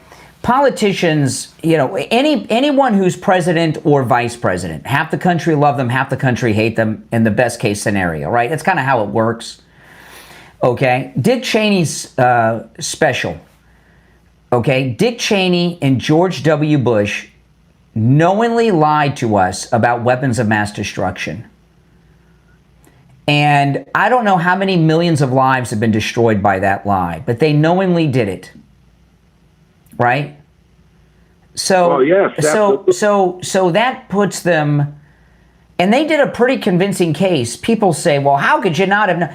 Remember, they sent Colin Powell to the United Nations, and it was carried live around the world with a total BS intelligence presentation that was presented live on television to the world, detailing the weapons of mass destruction program that Saddam Hussein had. They knew it was a lie. People, people were, after 9/11, people were not only running to enlist like it was Pearl Harbor just happened, but there were people that were over the age of enlistment that were going out of their way to get special, that guys over 40 years old getting special permissions through the military to be able to enlist at over 40 years old in different positions because people wanted to, they saw the Dick Cheney and George W. Bush, the way people forget everything that was going on after 9/11 and the lengths they went to sell that lie. And we got over there and they found nothing. And if you remember when it finally started dawning on everybody, they said, well, they transported them to Syria. Well, where are they in Syria then? The WMDs. It was all a lie. Well, yeah, and they didn't they have. Yeah, it was. Yeah, well, you're right. It was Syria. Yeah, I remember that. Yeah, but that was BS too, because everything that went on in Syria, if Assad had them, he would have used them. Well, then they had the support of the defense secretary, who Donald stood up Rumsfeld. in front of. Yep. I remember, when they sent Colin Powell, he went to the United Nations Security Council in New York City with this intelligence PowerPoint presentation to present to the United Nations and the world the proof that they had that Saddam Hussein had weapons of mass destruction. It was a complete, every aspect of it was a lie. And at the time, I'll be honest, at the time I believed them. I did too. We all did. And any liberal who tells you, well, they knew. No, they that was just broken clock, right? Twice a day kind of thing. They didn't know. They just were hating on Republicans. They made a good case selling that. And absolutely. And Colin Powell's probably sitting right next to Dick Cheney right now. Yep. Because he's the one who sold it. And I remember his presentation, and it all made sense at the time. Yeah, they had detailed intelligence reports, all manufactured. Yeah. And everybody believed it. People forget. I remember that Colin Powell, at the time, people were talking about running him for president. And he was he had a lot of popularity from the Gulf War, and he was, even though he was Secretary of State for W, he was kind of almost like a nonpartisan guy where everybody loved Colin Powell. That's why they put him out there to do it. And he became another never Trumper too. They all were never Trumpers. They were never Republicans. It was all a lie. They're part of this uniparty.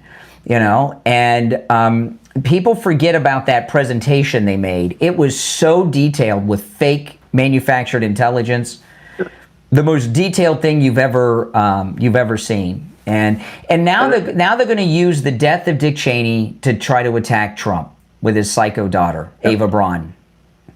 Yeah. Yeah, and she does deserve to be in prison, and she may well be. She may end up in prison. Yep. All right, appreciate the call. All right, if you're on hold, stand by. I want to talk about Dr. Appleton. If you're in pain, go see Dr. Appleton. The consultation is free. Go meet Dr. Appleton. Appointments are not necessary. You can just walk in for that free consultation, even on Saturdays, and let Dr. Appleton tell you how he can rid you of pain with his robotic laser. The robotic laser, by the way, Dr. Appleton performs all the treatments himself. The robotic laser, which is 100% painless, you don't even feel it when it's happening. There's no shots, no injections, of course, no surgery, no downtime. It takes just a very few minutes, the treatment. It works. What the robotic laser does is repair the damage in your body that's causing you the pain. That's why the 7 times that Dr. Appleton has treated me with his robotic laser, that the pains have not returned, because the damage that was causing me the pain was repaired. And the robotic laser, what it does, it moves around the entire area. As an example, when I went in for my knee pain, okay? The robotic laser moves, it doesn't just treat one portion of the knee, it moves around the entire knee and treats the top, the sides, the bottom, behind the knee, and everything else. And same thing on the other parts of your body. It's absolutely amazing. Give Dr. Appleton a call. We've had listeners travel from all over the United States to see Dr. Appleton because pain sucks. It really does. Believe me, I know. I had a lot of it, and I'm pain-free now, thanks to Dr. Appleton, and you can be too. 954-973-0710. Give him a call and say bye-bye to your pain too. 954-973-0710. That's 954-973-0710. And online, AppletonCairo.com. We'll be right back. Oh. Boy, oh boy.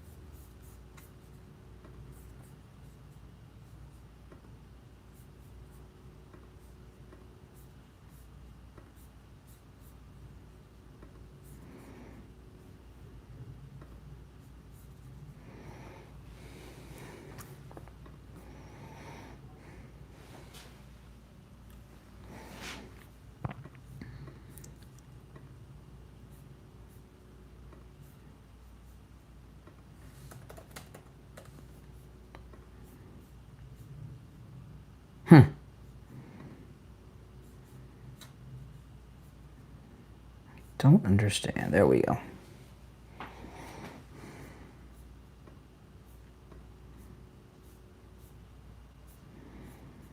Mm-hmm.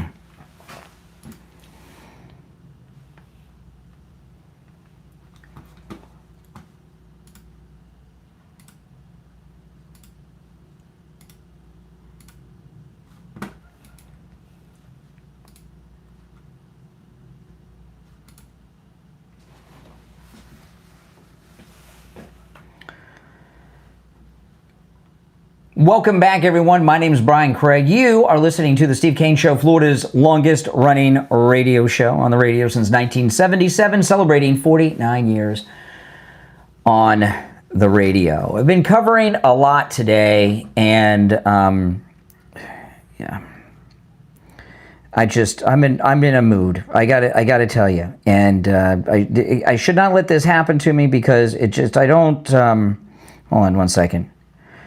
Oh, boy.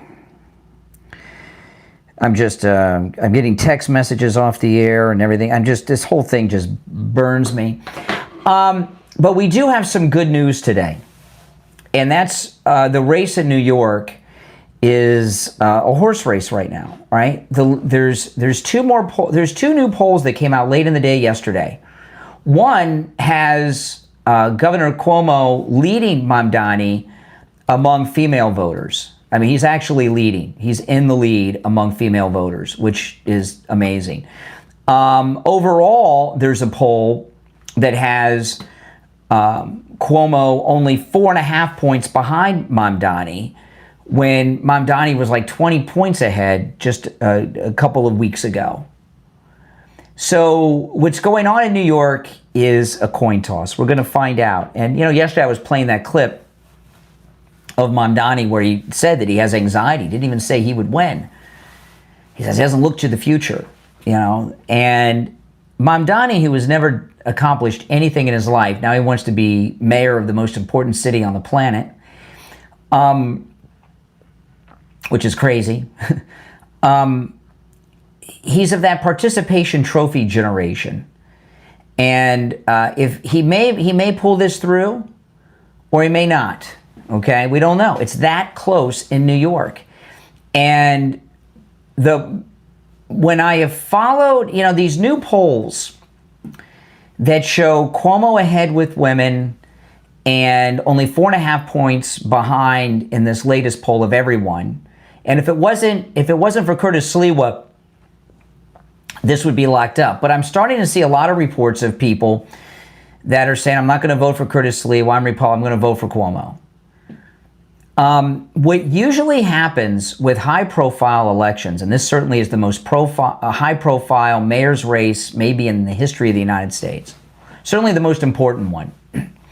I just don't remember really covering a race in New York too much. We talk about them, but not this closely.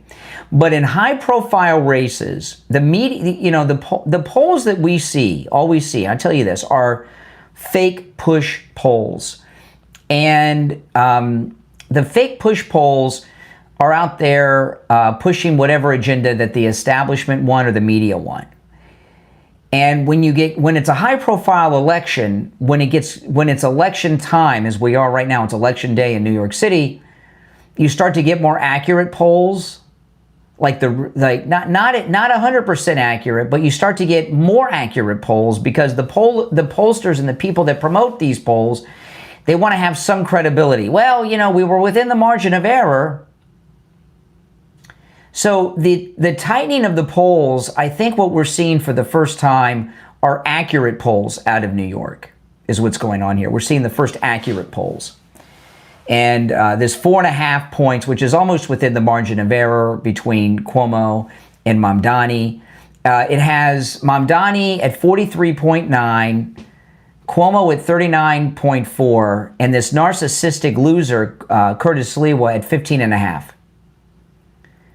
So there were more stories yesterday that they've had historically high early voter turnout. So with early voting turnout, the question is, who is that favoring? And I would say it favors Cuomo. Now, there's no way to make a prediction. I don't mind being wrong, okay? I'll tell you who I back.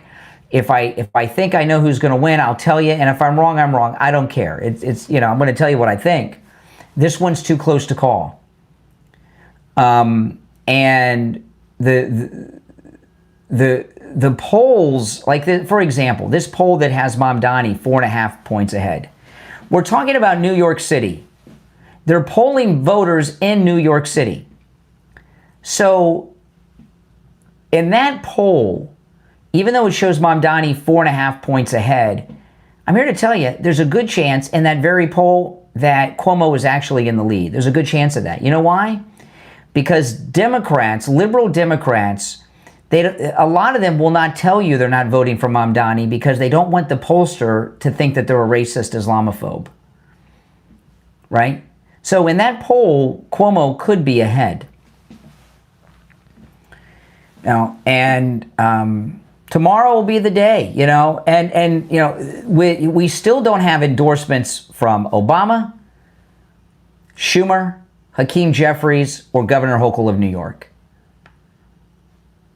Which means that they've seen the internal polls. And they're not confident he's going to win, and they didn't want to come here and endorse him and then be wrong tomorrow. So whatever happens in the race, we don't know who's going to win. There's no way to know. It's too tight with the data we have. Now the elections come out, it might be a landslide victory for Mamdani. But what we're seeing in the polls right now is a tightening. And all the momentum has been going in Cuomo's favor since that picture with the Central Park 5 lunatic that Mamdani took with the unindicted co-conspirator terrorist from the 1993 World Trade Center bombing. Ever since then, it started to turn against him. And then he made up that story about his aunt in the hijab after 9/11. And then he had to admit he lied like the next day or 2 days later.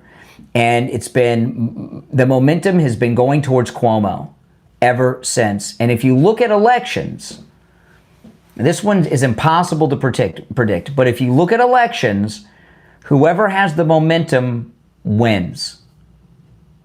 Okay? So when the polls close tonight, I hope we we get the results quick and get this settled. But even if Zohan wins in New York tonight, he could win. And he could win big. There's no way to tell. This all involves early voting turnout and electioneering turnout today. And what early voting turnout being record high would indicate to me is that the Democrat Party machine has been getting their buses out and their canvassers out and their drivers out and taking people to vote. And if that's true, if the Democrat Party machine has gotten in gear to get Cuomo the victory over Mamdani so they don't lose control over the corrupt political machine, that means Cuomo wins. And I never thought ever that the future of this country would rest in the corrupt Democrat Party machine. But that's where we are right now.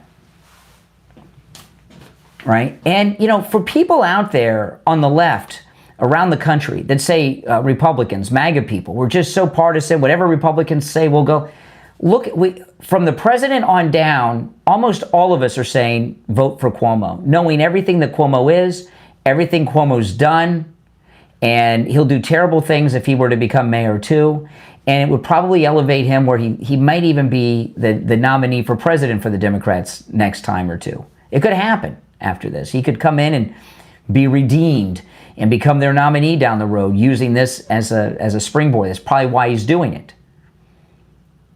But we're seeing the greater good of the country beyond a mess in New York. And, you know, even from, you know, a media perspective, like if Mamdani becomes mayor, people that do shows like this, I mean, it's going to be the gift that keeps on giving. We would have endless things to talk about that are crazy. But I don't want that. I don't want that. You know, you look at Dearborn. You look at Michigan. You look at all these things that are going on. You look at Minnesota. You know, and you want that? You want Dearborn, Michigan to be New York City, where they're naming a street after a guy supporting Hezbollah terrorists? Are you kidding? I saw a woman last week at a local city council meeting in Michigan where she was talking about getting woken up by the call to prayer all the time. You want that to be New York? That's what it'll be. And this will be the beginning of the end for all of that. Now, I want to talk about life imaging FLA, which is just absolutely amazing. You know, in the United States and around the world, coronary artery disease is the #1 killer. 1/3 of the time, the first event to let you know you got it is sudden death. But you know what? Coronary artery disease is a completely preventable disease. Coronary artery scanning was invented 30 years ago, and over 4 million people have died without any warning. Most of them could have been saved if they would have had this scan that they have at Life Imaging FLA. Multiple studies show that looking inside the body with a CT scan can significantly decrease cancer deaths too. Call for your free heart scan with just a few minimum requirements. Life Imaging FLA is saving lives with this FDA-approved state-of-the-art low-dose CT scan.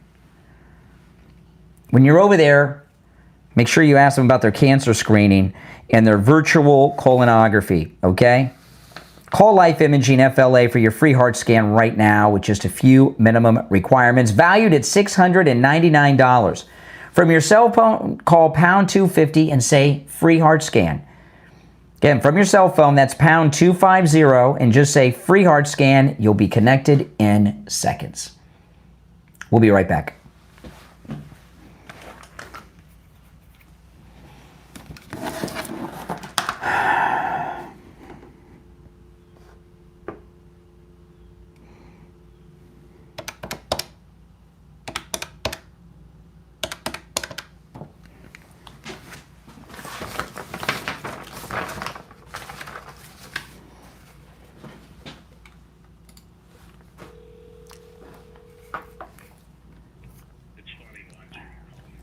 Oh, yeah, you're watching me.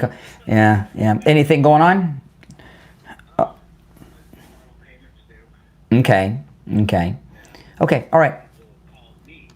Oh, great. All right, hold on. It's Ian, our travel agent. He's watching me call him on YouTube. So it's kind of funny. If you're on hold, hang in there.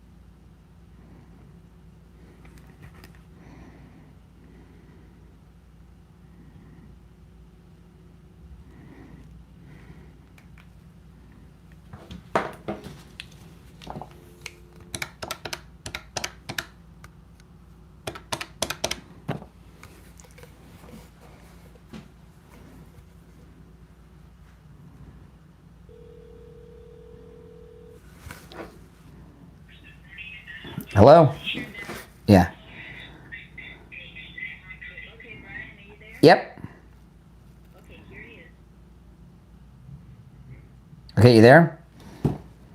Are you there? Okay, hold on a second, okay? Hold on.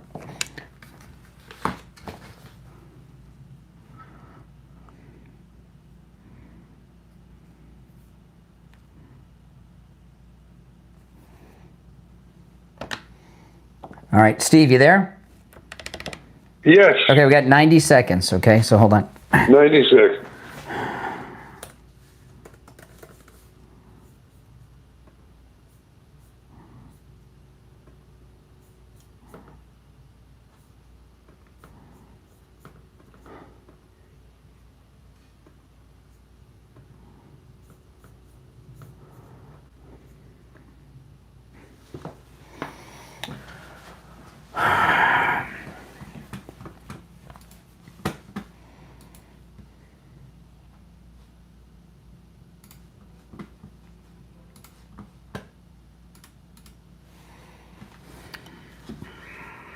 Oh, Steve, I'm going to put you on hold for a minute, okay? Hold on.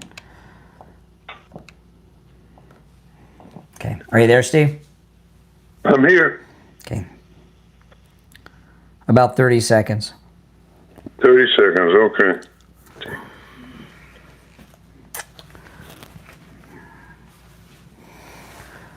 We gotta do a quick spot and then we'll get going, okay? Sure. Oh my goodness. I'm gonna keep you on with the spot though. Hold on. Hold on.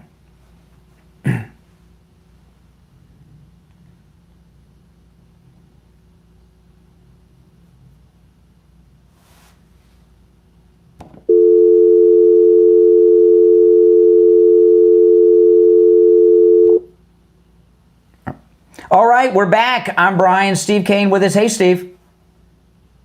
Oh, hold on. I got to put everybody on hold. I lost everyone. Oh, boy. I just cleared out the line. All right, Steve, you back with us? You lost everyone, but you didn't lose me. I did not lose you, but I hit the wrong... You know, I'm in a very, very difficult mood today. I got to tell you. It's just I'm not having a good day. And, well, it's a tough show. Let me see if I can help you out here.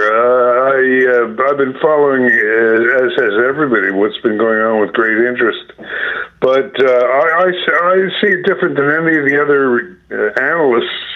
What, you talking about the race in New York? Yeah, the race in New York. That's the big thing worth talking. Mm-hmm. And what people don't understand is the big thing about this race is this is the coup de grace for the Democratic Party. If Mamdani wins, we're all dreading it, but it's really the best thing that could happen because it would be the official, final end of the Democratic Party forever. Very, very possible. Very possible. But before we get into that, we got to do a quick little conference here. And on the line, because we got an urgent message we got to get out. Ian from Cruise and Travel Depot. Hey, Ian. Hey, good morning. Hey, guy. Okay, now the reason we got Ian today, there's a couple things going on. You know, Steve, can you believe it's going to be our 10th cruise we're doing? I can't wait. I mean, we have spent months at sea together. If you think about it, we're almost in like the Steve Kane Navy. If you think about it, we're out to sea. We've been out to sea a lot. We're out to sea more often than not. Yeah, exactly. That's true. That's true. 10 cruises a week each. But there's a couple things that are important to point out, and so we got Ian. How you doing, Ian? Hey, good morning. I'm doing great, man. Okay, there's two things that we got to announce. One is if you've already made your reservation, final payment on the cruise is coming up. That's one, right, Ian? Yeah, final payments due. I'd like everyone to start giving me a shout, take care of that balance. Some have already. Thank you so much. Yeah, but the other thing is this, and this is just as important. We have 2019 pricing, and those of you that call in, you know what I'm talking about, all right? If you go with us with our group pricing, you're going to be going for less than anybody else on the ship. We have 2019 pricing on our March 2026 cruise. However, the holiday specials, Black Friday specials and such are going to be announced soon by the cruise lines. When that happens, we lose our very low 2019 group rate, right, Ian? That's right, but can take advantage of Black Friday specials to upgrade to the premium internet, premium drinks. Got to have those premium drinks. Exactly. So if you've not made your reservation for our 10th annual Steve Kane MAGA Cruise, now's the time to do it. Call Ian at Cruise and Travel Depot, 561-244-5779. If you're flying from out of town, out of state, Ian can help you with your airfare, even hotel stay, transportation from the airport to the ship, and everything else. If you get Ian's voicemail, leave your name and number. He will call you back, 561-244-5779. All right, Ian, we'll talk soon. Enjoy, gentlemen. Thank you. All right, take care. So, no, Steve, just to recap, it's not that the show's difficult. It's that I'm just angry at Tucker Carlson beyond imagination. I'm just in a rage at Tucker Carlson, and I just can't get over it. Well, of course, the Nick Fuentes thing? It's more than that. But do you want me to tell you about that or talk about the Mamdani race? Sure, tell me about that. Okay. And then we'll talk about what it would be like when Mamdani loses. Yeah, which looks like it's going to happen. Most likely. A couple things have happened with Tucker, okay, Carlson. Tucker Carlson's dad was a lifelong CIA guy. Tucker even admits this, okay? And we come to find out that he even admits this himself, that he tried to apply for the CIA himself but was rejected. And then he said, that he didn't know his dad was in the CIA until he died, till after he died, which is total BS, okay? And I've come to realize something, okay? A few months back, Tucker Carlson interviewed Candace Owens on his show. And he was talking about Nick Fuentes at the time. And Nick Fuentes had made it public that Tucker's dad was a CIA guy. And he said, I don't know how he knew that. I didn't even know it. And I didn't find out until March when he died. Nick Fuentes has got to be a Fed. And then, you know, I don't know if you've seen Nick Fuentes, but he's kind of a dorky, nerdy kind of guy. He wears suits off the rack that don't fit him. He's got the same voice as Mark Levin, and he's just a kind of a geeky guy. They did a profile on Nick Fuentes in the New York Times. They have turned him into a sex symbol. This image they've made of him looks nothing like him, but it's like this sexy guy. And the New York Times has crowned him the new Charlie Kirk. Dinesh D'Souza yesterday said that if MAGA continues to embrace Nick Fuentes, minorities are going to leave the MAGA movement and we're going to lose all our future elections.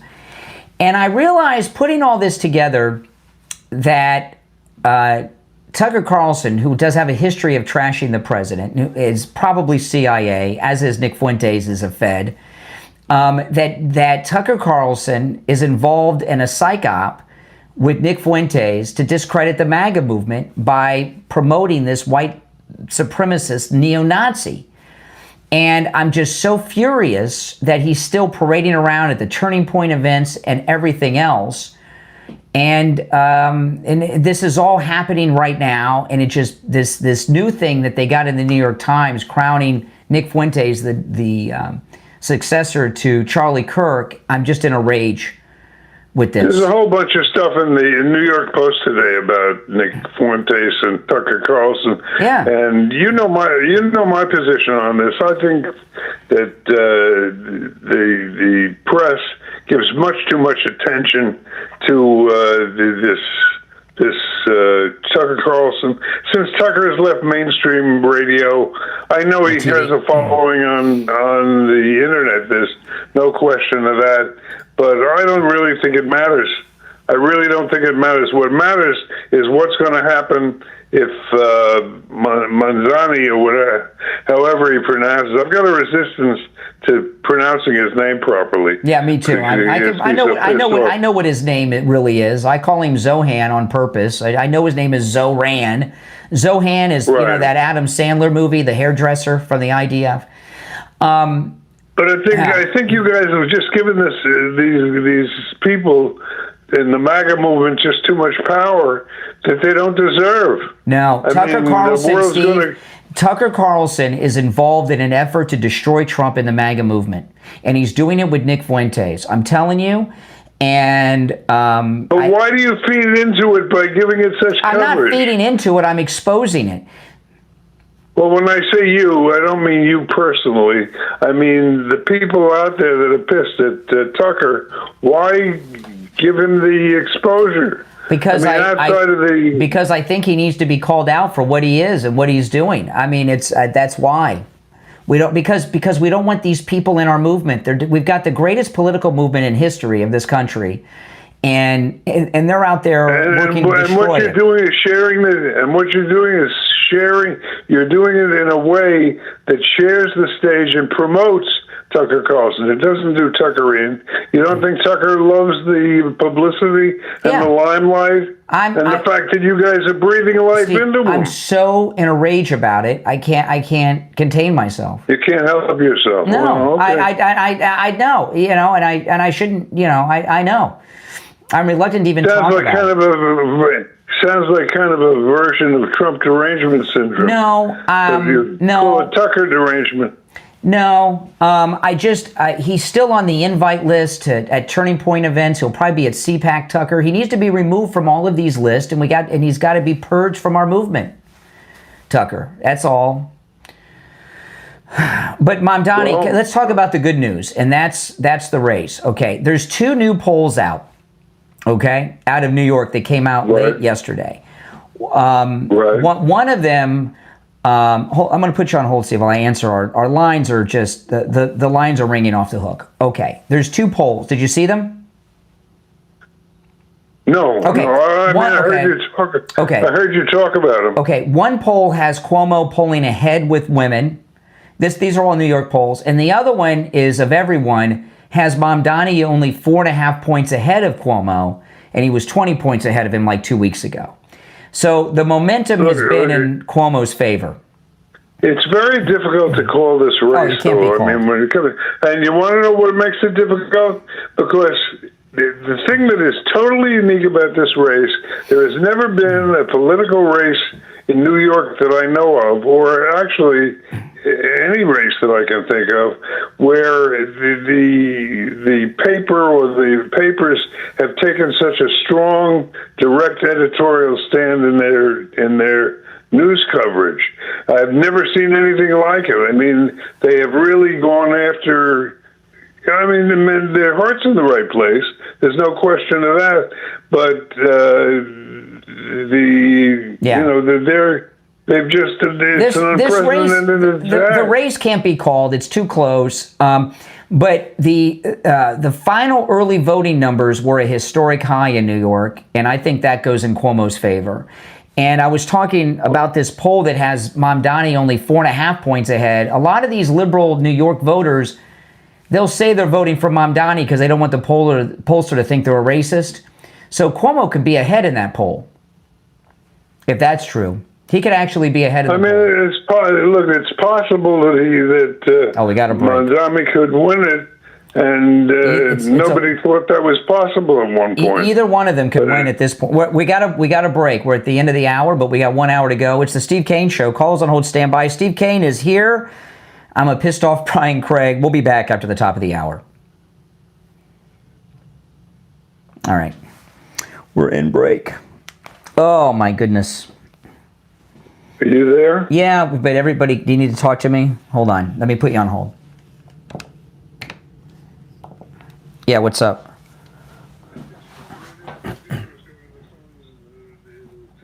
I will. I will. Okay, hold on. I'm going to put you on hold for a minute. Okay. What was it? What was that? I won't. Don't worry. I won't. Hold on.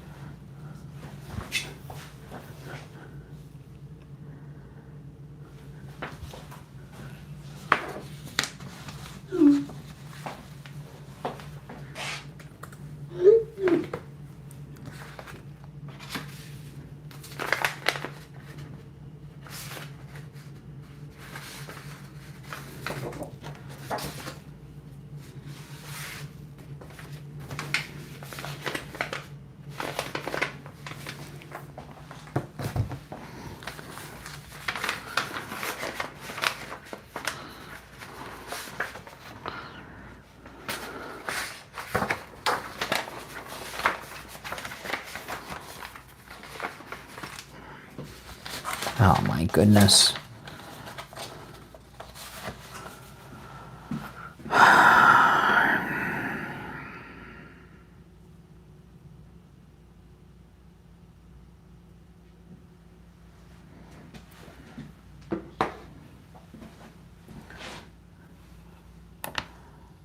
All right, Steve, you there? I'm here. Okay, hold on.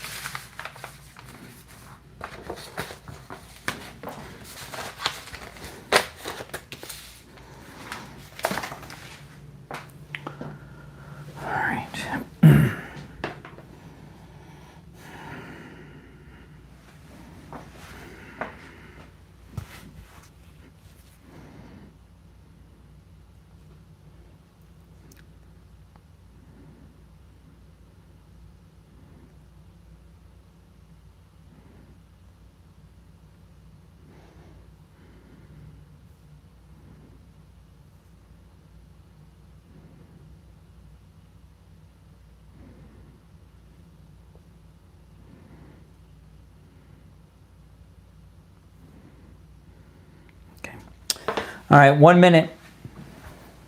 Okay.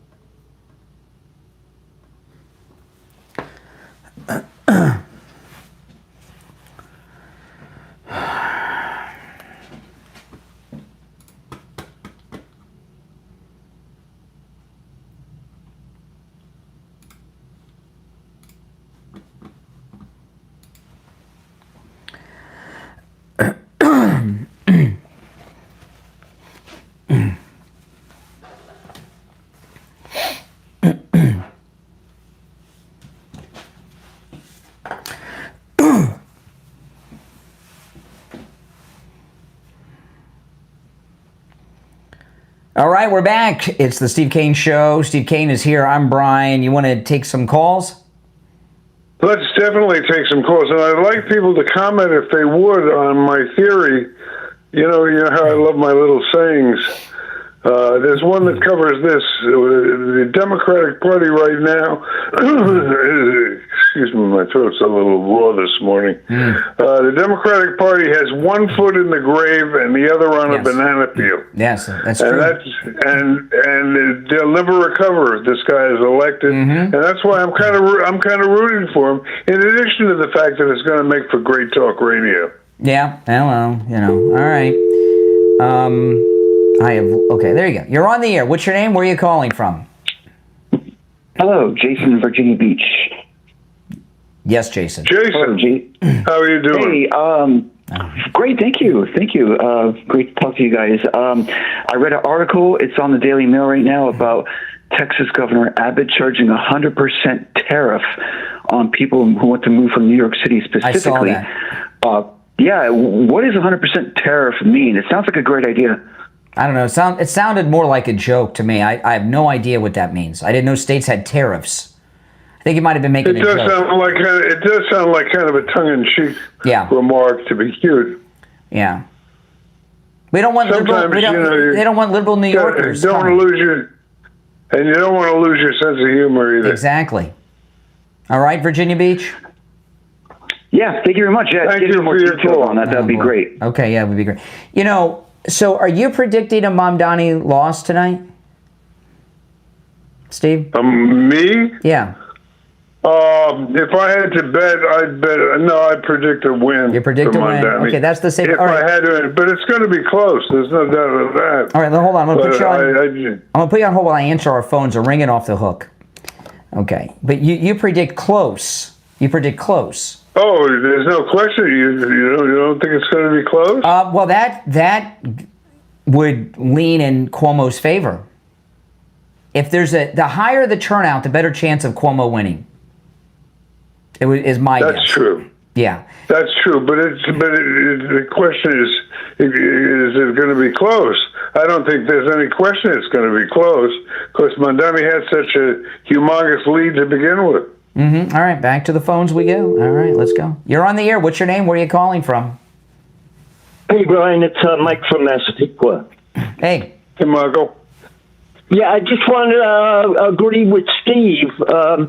I don't have too much worry. I mean, I'm in the suburbs, but even if I was still in the city, I think this guy is going to fail in all his promises. Of course, he's going to blame Trump, claiming he couldn't fulfill. You mean if you're talking about Mamdani? You're talking about Mamdani if he's elected. Yeah, that Mamdani. If he's elected, he's going to be a shining example of the stupidity it's going to be a massacre. It's going to be a mess. You're absolutely right. Absolutely right. And the whole party it's going to show the weakness of the whole party, because that's all going to dissolve into chaos. And I think that's going to assure that Elise Stefanik is going to blow Hochul out of the water as far as running for governor. Well, it's going to do more than that. It's going to destroy the Democratic Party. Oh, absolutely right. In the bigger picture. But I'm saying as far as New York State, Elise Stefanik will take over. We'll have a Republican governor, and the governor of New York State can remove a mayor of New York City. We learned that recently when Hochul was supposedly considering removing Eric Adams, right? If you're talking about the Democratic Party as a whole, the worst thing that can happen to the Democrats is have this guy in there. Absolutely, I completely agree. We'll call him Mr. Z. Yeah. Right. Hopefully it won't be Mr. Mayor. All right, I appreciate the call. I appreciate the call. I'm calling from Seinfeld's hometown. Hold on, Steve. Our phones are just there's so many calls. I'm getting confused on who's called first. But I want to just. That's nice. But you know that caller, I do disagree with him on one thing. If Mamdani pulls through a victory, I don't care where you live in the United States, it's going to affect us, Steve. I mean, this could it could be the beginning of some terrible things if he were to become mayor. Well, but it's in history that happens all the time, where something really, really bad in the long range turns out to be good. You know, that's true. 8 years of Obama. It's a political philosophy that I point out all the time on the air because I'm a big believer in it. Yeah, well, you know, Steve. Looks like it's 8 years of Obama. 8 years of Obama gave us Trump coming down the escalator. So if Obama had not been president those 8 years, we may not have had Trump. That is true. That's a good example. But what I worry about, Steve, is this. Okay, everyone's talking about the New York exodus, but they're not talking about, if he were to become mayor, the mass moving of Muslims to New York. So if that were to happen, we wouldn't get it back. Well, I mean, if that happens, it's just going to be a result of the process speeding up. It's something that would happen eventually anyway. Might as well get it over with, get it done with, and get on with the future of the country. All right, hold on. I'm going to tell you, the phones have never been so busy. Oh, yeah, let's go back to the phones. Let's go. You're on the air. What's your name? Where are you calling from? Morning, Brian. Morning, Steve. It's great to hear you on the air. Good morning. Good morning. Calling from California. Brian and we spoke yesterday. I have faith in the individuals in New York, and I think this is going to end up being a huge, gigantic swan song for Democrats in general, because they hate their party so much that they ended up having to pick Cuomo as being the one to go in there, which means that's the best that they can do. I don't think... Well, hold on. Let me just... Can I question what you just said? You don't think it would be worse for the Democratic Party if they win the mayoral race rather than lose it? I think, in all honesty, I think Cuomo owes a great debt of gratitude to our current president. And I think that's going to end up to influence a lot of his decision-making. And for New York, it's a much better decision, obviously, than Mamdani. But as you said several times, Brian, the higher the turnout, the more that ends up going in Cuomo's direction. And I'm going to, like I said, I'm going to go out and vote no today on our Proposition 50 and hope that everybody turns out. But, obviously... Well, here's the thing with the turnout in New York. I've been telling you guys, the early voting turnout has been a historic high the whole time. That tells me the Democrat machine's at work, getting the vote out, right? They're busting the people in and doing everything they do. They're not doing that for Mamdani. I wouldn't assume that's necessarily true. Really? I think the support and publicity that the New York Post alone. Do you read the New York Post, caller? Yes, I do. Okay. Well, then it's been nonstop propaganda, cover to cover, for the last month or two. Just the most incredible anti-Zani whatever the hell his name is. I've never seen a newspaper take such a strong stand, and to withstand that barrage from the press is hard to believe it's possible. So I think that there's every chance he could lose. I think if you look at, like, many times before, how Republicans seem to show up on voting day, I think you're going to see that huge, gigantic turnout in regards to Cuomo. I think the early turnout was so high because college students aren't going to end up taking out a day out of their day to do something when it's easy enough just to drop something in the mail. I think today's turnout is really going to be the push that Cuomo is going to end up needing, and he's going to end up winning. You can see it because when you have women showing up and you're having statistics that you showed, Brian, earlier, where they're going for Cuomo, it's the female liberals that end up usually deciding a race. Yeah. So that's for my the Democrats. opinion. That's what I've been seeing. Yeah. Yeah. In this instance, I can't believe that I'm actually wanting Cuomo to. It's crazy, isn't it? It's nuts. It's surreal. Disgusting. He got the president's endorsement. Appreciate your call. I want to tell you, if you're on hold, stand by. I want to talk about Sloman's Home Security. They're offering a free home security system with free professional installation and 24/7 central station monitoring for just $24.95 a month for 5 years. All you have to do right now is call 833-283-5050. That's 833-283-5050. Okay? Again, just $24.95 per month for 5 years. It's a free home security system and professional installation, absolutely free. Your Sloman's home security system includes a touch screen keypad, 3 door or window sensors, a motion detector, notifications, and remote keypad access. So you can check in anytime from anywhere. Give them a call, 833-283-5050. No matter where you're located nationwide, by the way, give them a call. 833-283-5050. That's 833-283-5050. We'll be right back. All right, I'm going to put you on hold, Steve. I got to call Barry. Sounds good. All right.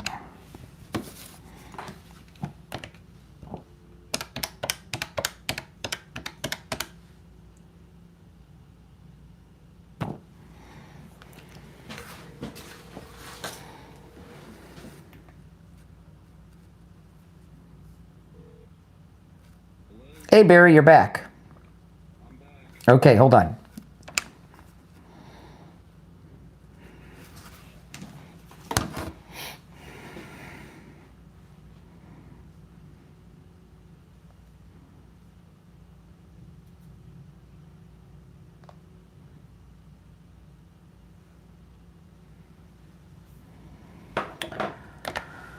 All right, Steve, we got 90 seconds-ish.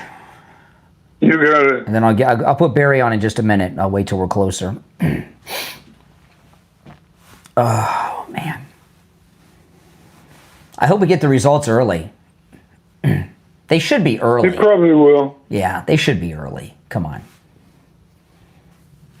I'd love to see this guy come out and concede. Wonder if he'll have his mommy come out with him when he concedes or do it for him. No participation trophy for you, Mamdani.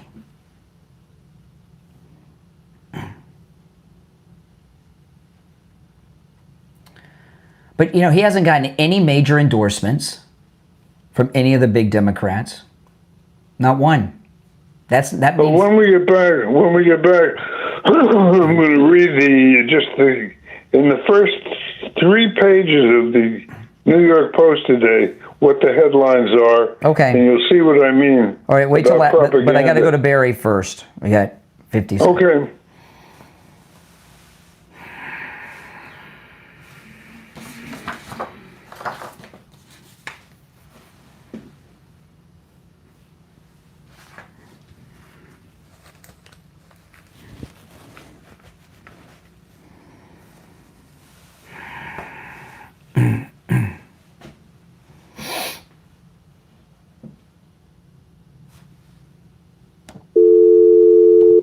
right, Barry, we have about 15 seconds.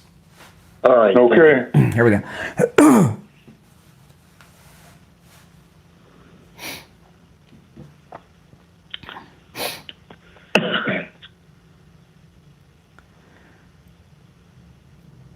All right, we're back. Steve Kane's here. I'm Brian, and it's time to check in with Attorney Barry Siegel from the Siegel Law Group. Attorney Barry Siegel, good morning.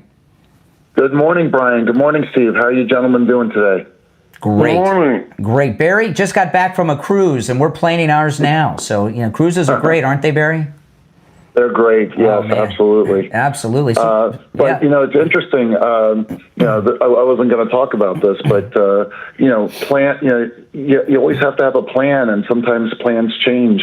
And I was on a cruise, and the plan was to go to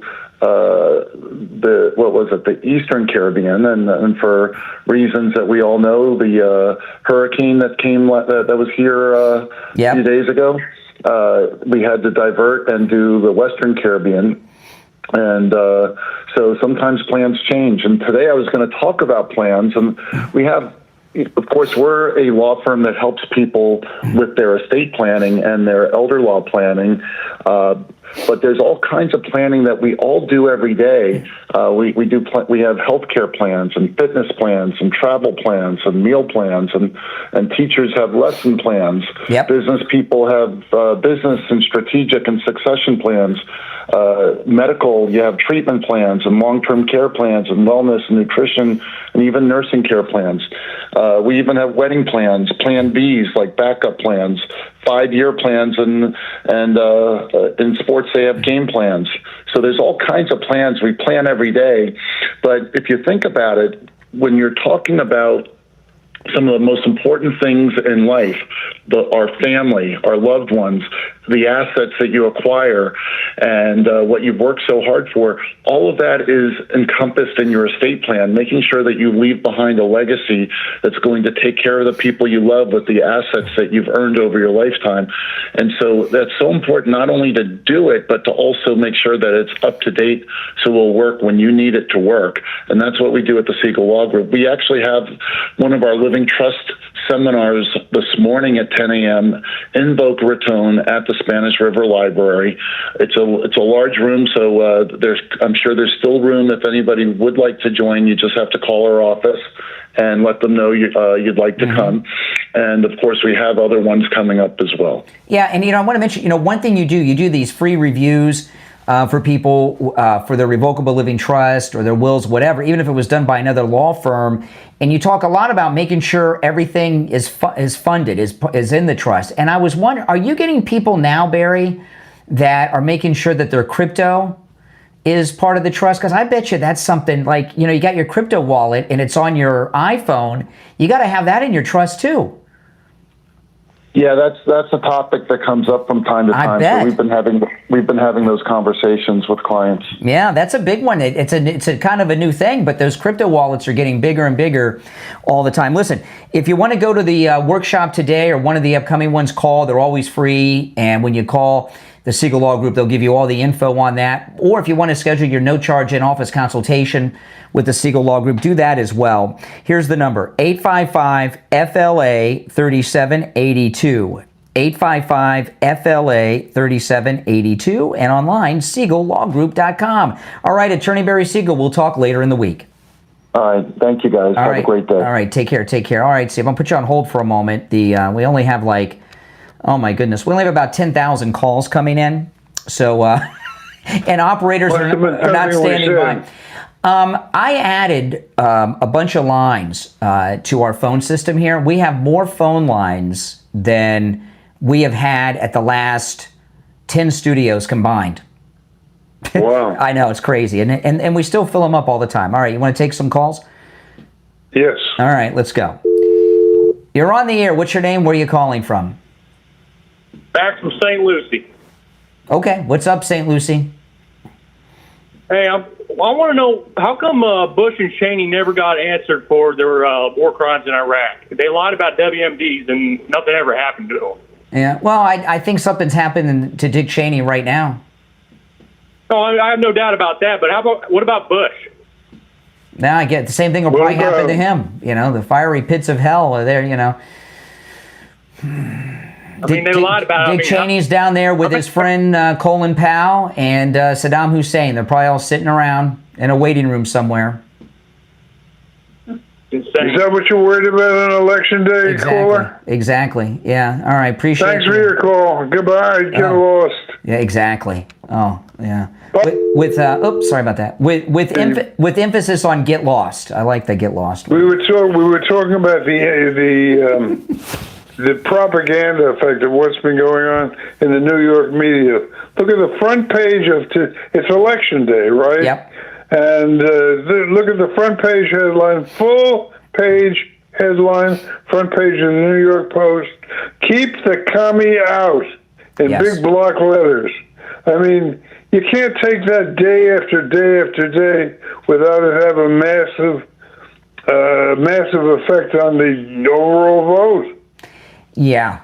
Yeah. You know, and people don't realize when people that aren't from New York, I don't think people understand this. I mean, I'm not from New York. I'm just a tourist, but, to New York. But if you are he's talking about raising taxes, right? In New York, you have federal income. If you live in New York City, right, you have federal income tax, state income tax, and city income tax. So, I mean, you're taxed beyond imagination, and he's promising to increase that. That's crazy town. I mean, that's just nuts. The most important fact to bear in mind is that if Zelensky were to win, the next day the Democratic Party would just self-destruct, evaporate. Exactly, there'd be a battle for control among all new forces, and chaos would erupt, and the Democrats would never win another major election cross-country ever again. All right, well, let's take some of these calls. You're on the air. What's your name? Where are you calling from? Morning, Steve and Brian. It's JJ from Mass. Hey, JJ. Good morning, Steve. I think if Lohan, I mean, there's a lot of things going on. I'm ready for it to be over either way, but I think that, if Lohan wins, New York City is going to be the republic. It's going to be the republic of the banana. And as you've said, Steve, sometimes a banana is just a crescent moon sickle. I mean, this guy is, look, I think he's a poster child, quite honestly, for more nails in the coffin of the Democrat Party. I don't know if they need any more nails. But if he gets elected, he's the final nail. Well, he gets elected. Steve, the other thing that's going in Cuomo's favor is Mamdani didn't get the endorsement of Obama, Schumer, Hochul, or Hakeem Jeffries said he's not the future of the Democrat Party the other day. So he doesn't have. Well, that gives you an idea where they go from there. Well, my guess is they've seen the internal polls and they're not good, and they don't want to back a loser. Is that a fair guess or not? I think so. Yeah, I think if the Democrat political cartel, if the cartel doesn't want him, this is what we had talked about this several times, Brian, about the corrupt machine. And I mean, in New York City, it's the corrupt cartel that counts the votes. Now, if they were taking votes from a Republican in a close race, I think there'd be a huge investigation by the Department of Justice because it's under Trump. But if it's Democrats going against Democrats and they take it away from the commie and Comey wins, there might not be such a close look at it. There's no way to predict the victor tonight. However, all the momentum's in Cuomo's favor, isn't it? It's been moving that way for 2 weeks. Yeah, it's been moving that direction. The trend is your friend, and look, I just think that I think that in the end, I mean, they're all. I mean, both sides are corrupt. I mean, to me, you've got the obviously. They're both sides are corrupt. It's like the. Well, how many people are dead? How many people are dead in New York because of Governor Cuomo? I mean, there's so we know. I mean, a lot. He's evil. A lot. He's evil. The lesser of two evils. Whenever I hear that, it always reminds me of Captain Jack and the Commander. The lesser of two weevils, and Comey, is definitely he's a pretty big weevil, but he's a hell of a lot better than the communist duck. Mamdani. JJ, thanks for your call, my friend. We'll talk about it tomorrow. Okay. All right? All right. Let's take another call. I should not, but I'm going to take another call. You're on the air. What's your name? Where are you calling from? Good morning, Brian and Steve. This is Barbara in Baltimore. I just want to say, I think, Andrew Cuomo is going to win in New York. It's going to be close, but he is going to win because I've spoken to my relatives in New York. They are so afraid of Mamdani, they don't know what to do. And, of course, I couldn't... Are they Democrats? I can't help Are they but Democrats? laugh at them. Oh, my goodness, yeah. Okay, so they're Rabid. black Democrats, and they're going to vote for Cuomo. Okay. Well, a lot of New Yorkers are rabid Democrats. Well, you never know. You never know, because But- you're conservative. Well, You're MAGA. they just are. Yeah, I'm sorry. well- I'm sorry to hear that. No, but anyway, I almost lost my train of thought. But anyway, what I was surprised about in this race from the very beginning was how Curtis Sliwa steered away from the America First agenda, which I thought was such a mistake for him to do. And he never spoke about America First policies or mentioned President Trump, his accomplishments, or anything. So I know there's something personal there, probably involving a woman, but that he may have lost to President Trump in their past, his youth, or something.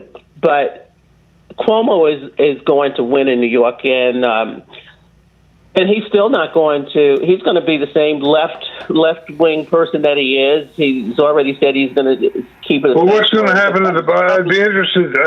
I'd be interested in hearing you speculate about if in fact Mamdani wins. What do you think the effect will be on the party the next day? The Democrats. Oh, they're going. It'll be a nail in their coffin if it is. The biggest. He's going to be a disaster. A nail. Trump's going to It'll be a stick of dynamite up their rectum. Well, it is what it is. And that's Barbara, just let the me thing ask about you, because New York. when you say I loved it. Barbara, let me I lived ask you. there and I loved it. When you say Cuomo's going to win tonight, I hope you're right. That's not just PR. You must base that on what makes you so confident. You're not just saying that. That's not wishful thinking. What makes you say that? Well, for the lines of people, the turnout that you can already see at the voting booth, and normally in midterms people don't turn out like that. It's like here in Baltimore, we have an incompetent mayor that got in with 20% of the population. So, and the same thing happens up there. Yeah. But people are turning out because of the fear, and President Trump is still would be pulling the funding for everything he wants to do, because he just said it the other day. He said it'd be a waste of money to send taxpayer dollars to New York because it's going to be wasted.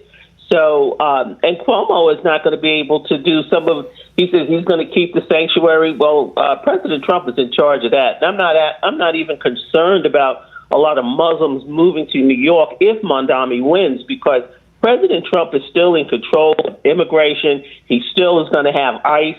And if anybody opposes him, after these elections are over, they're going to find out what's going to happen. Well, listen, we got to run, Barbara. I'm 5 minutes Have late a for the great break. day. All right, take care. You're listening to the Steve Kane Show. Steve's here. I'm Brian. Back after this. All right, I'm gonna put you on hold, Steve, for a minute. Okay, hold on.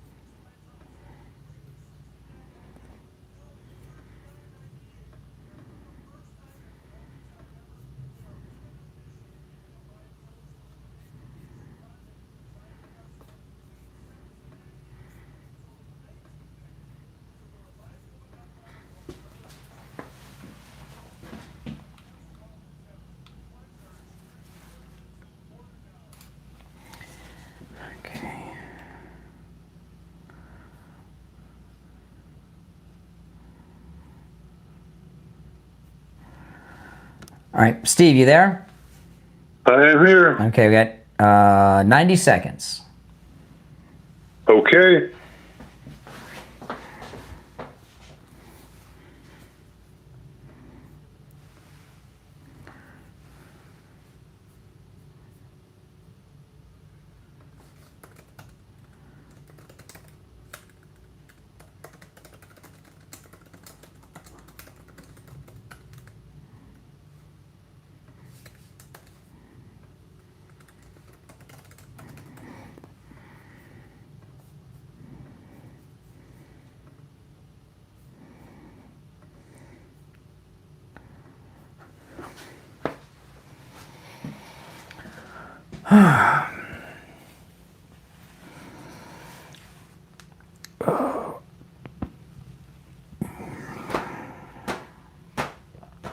All right, hold on, Steve. I'm going to answer some phones. Hold on.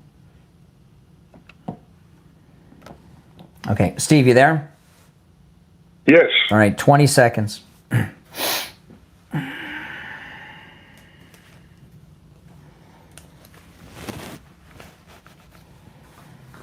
See, it seems like we overcame that phone problem with you. Yes, it sounds pretty good. Okay, stand by. All right, we're back. Steve Kane's here. I'm Brian. It's the Steve Kane Radio Show, Florida's longest running radio show. You know, Steve, the momentum, we've been talking about this. The momentum's been all in Cuomo's favor.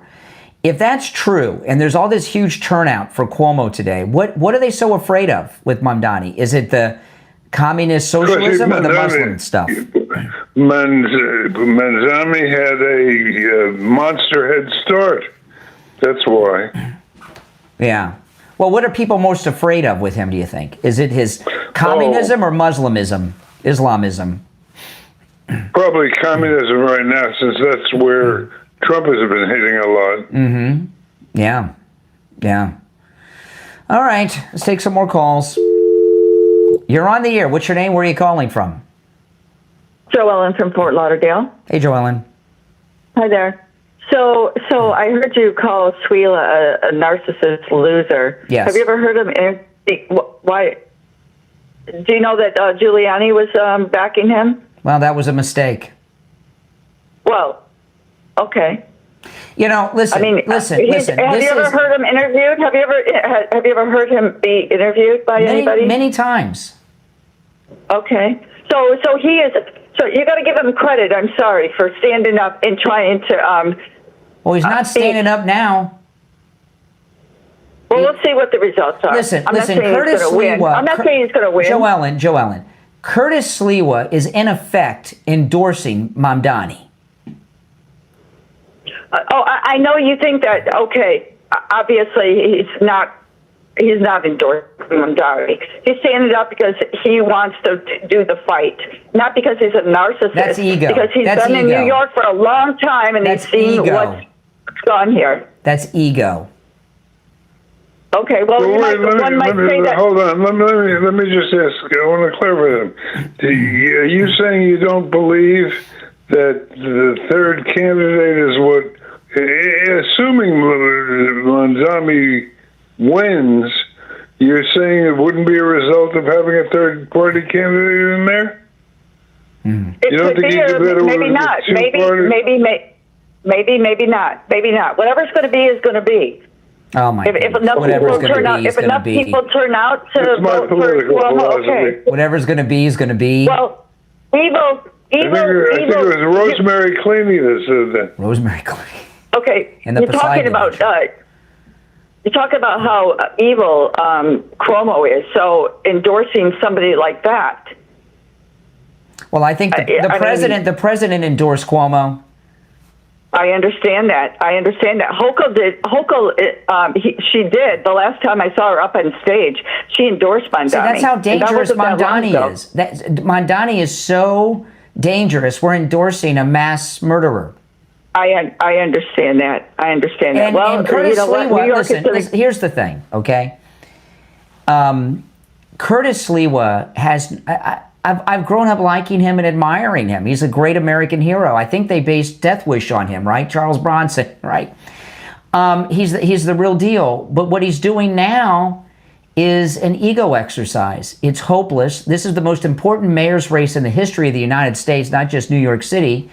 And if you look at the polls, if he wasn't in it, Mamdani would not even be in the running. In the latest poll, he has 15.5 points, Curtis Sliwa. Now, people may wake up and he may only come in with 2% tonight or something. But if Mamdani wins, chances are it'll be because of Curtis Sliwa. Fault. It's going to be Sliwa's fault because Just Mayor Adams dropped out. If he wins, maybe enough Republicans and maybe people did not go to the polls. New York City. Maybe that too. It's New York City. Okay, it's New York City. So what? What's that mean? There's like 3 Republicans there. It's like San Francisco. Come on. Well, Joellen, okay. You're right. a smart woman. You're usually smarter than this. So if Mamdani wins by 5 or 10 points, it's because of Curtis. This thing with ego. I'll give you an example. Like you hear Steve and I on the show, right? We both got some personality, but you don't hear us. We take our turns with each other because there's no ego here with Steve and I. Curtis Sliwa, this is 100% narcissistic ego. Okay? One might. Okay. He could have dropped out like the mayor did. Mayor Adams dropped. Mayor Adams is the city mayor. He dropped out and endorsed Cuomo because he knows what's best for the city in America. This is about the end of our civilization, possibly, with this guy. The end of the civilization.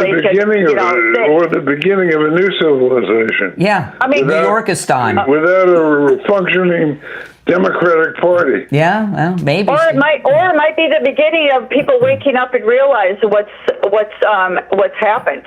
It might take something like that. Good always comes from bad. Unfortunately, somebody has to suffer.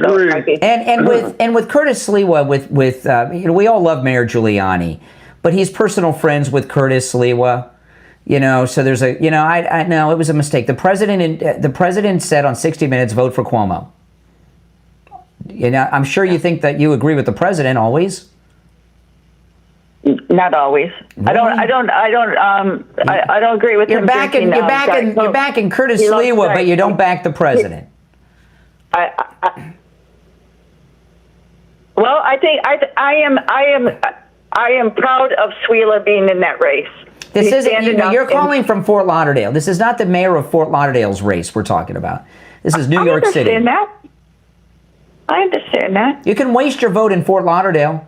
You're still going to get some Democrat gay activist, okay? And you can vote for the Republican. But New York is the most important city in the world.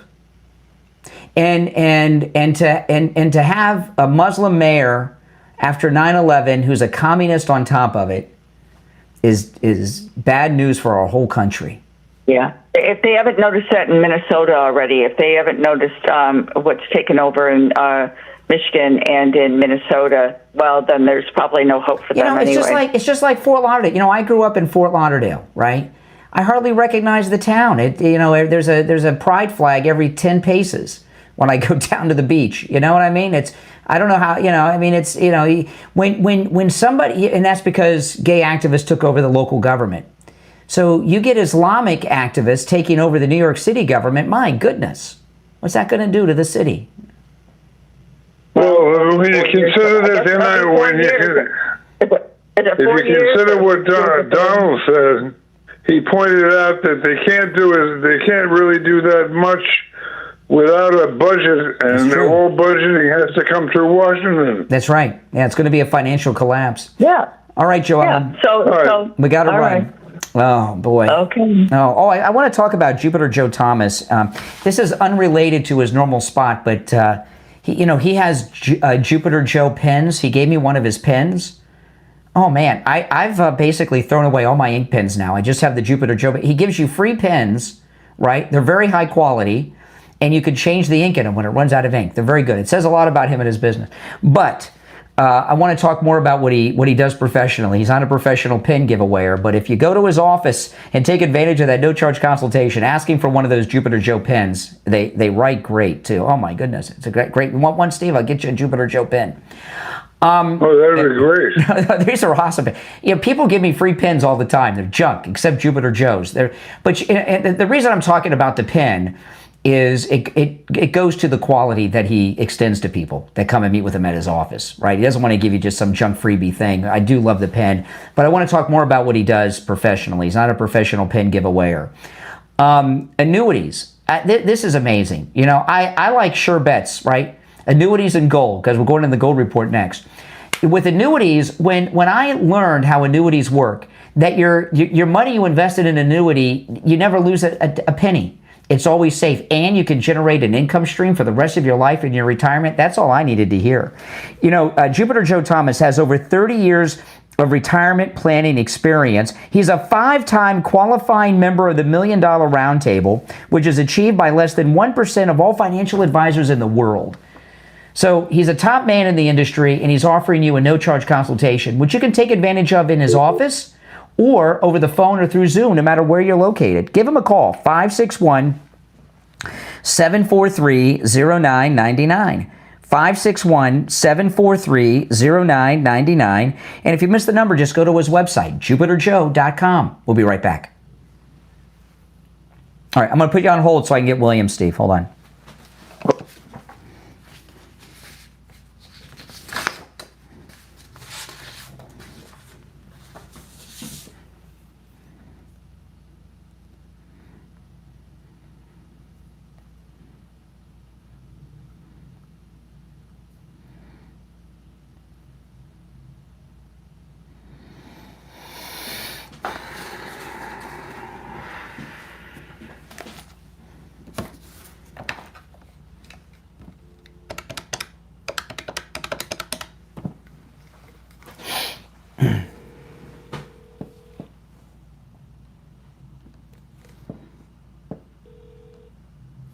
Hey there, hold on.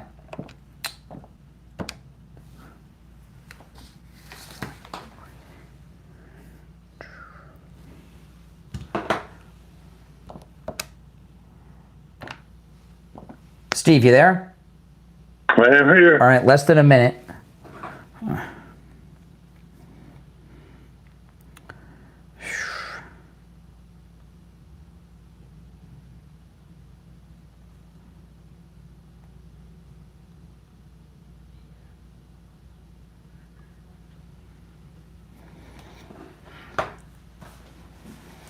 Okay, 30 seconds. I'm going to put William on. Hold on. All right, William, we have less than 30 seconds, and we'll go to you. Okay.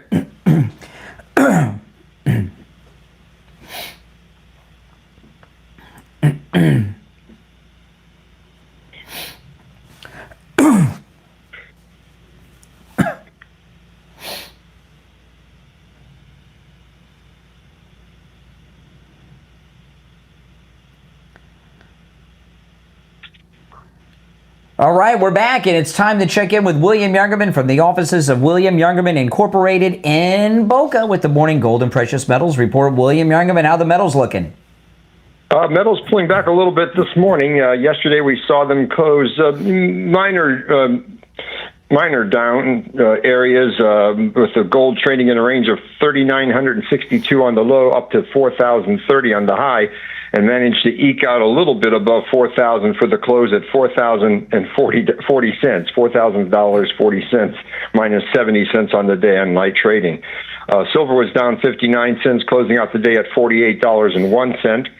Platinum was down $3 at $1,566, and palladium up at 48. We saw gold 36 on low to 4,000. And remember that 21 cents, 37 is below that. So at 40.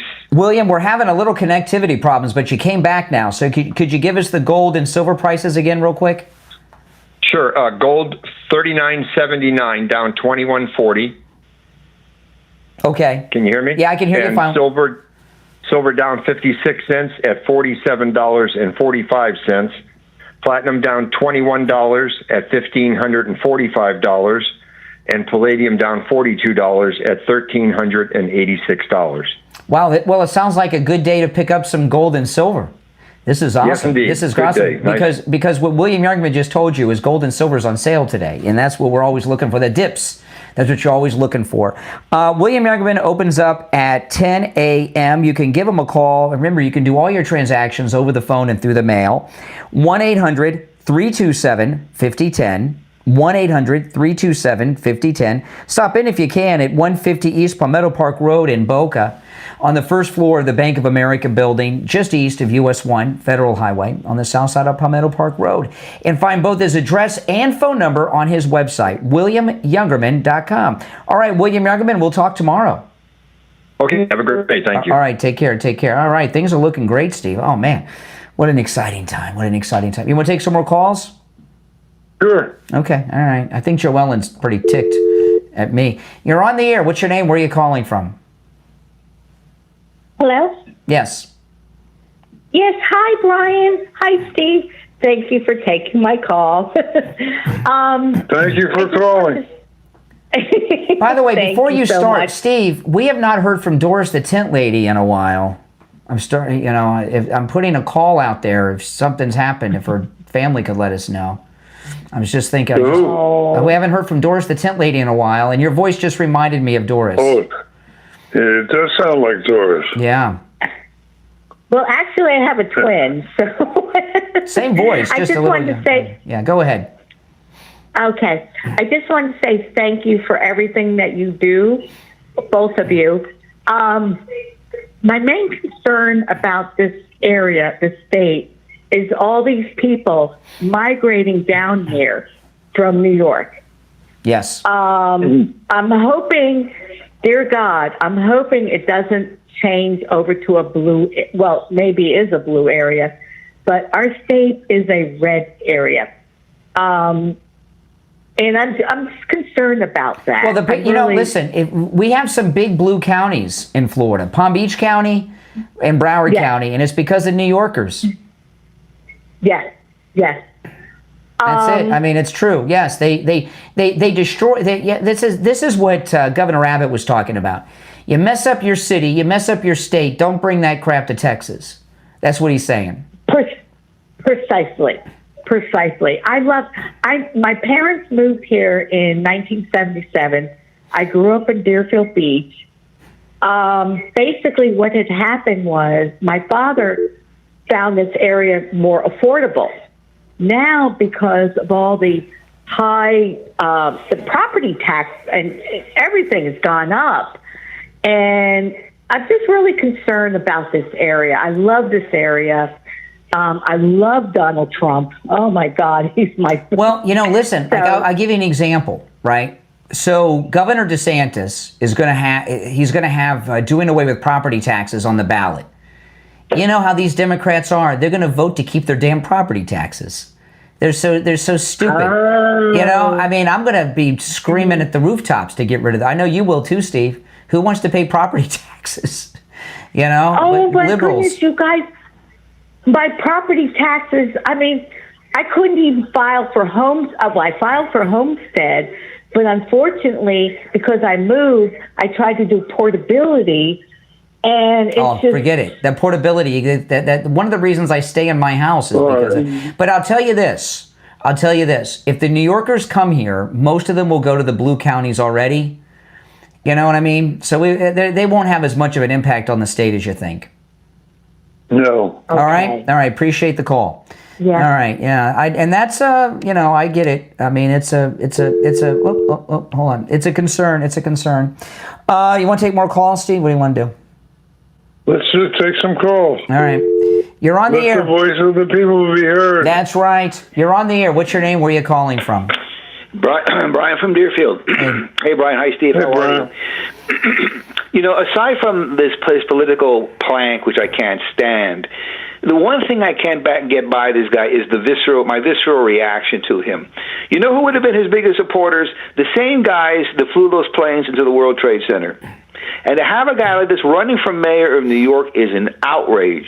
And I do hope that people will turn out en masse today and end this campaign. Well, you know what I wonder? You mentioned this about This was a number of years ago, but remember when this was in Obama's presidency when they were doing the testing? Right. They did something crazy. They were doing military exercises with Air Force One over New York City. Do you remember this? Air Force. The president was not on it. Obama was president, but the president wasn't on it. They were They flew Air Force One low over New York City, being chased by a fighter jet. Doing military maneuvers. It caused a panic in the city. People were running out of the buildings. They thought Air Force One was being shot down, and they wondered how much 9/11 is still in the hearts and minds of adults in New York City. Is there a lot of it still, or is it gone? Well, the biggest terrorist attack in the history of this country, and the world. I cannot let it go. Yeah, in the world, I cannot let it go.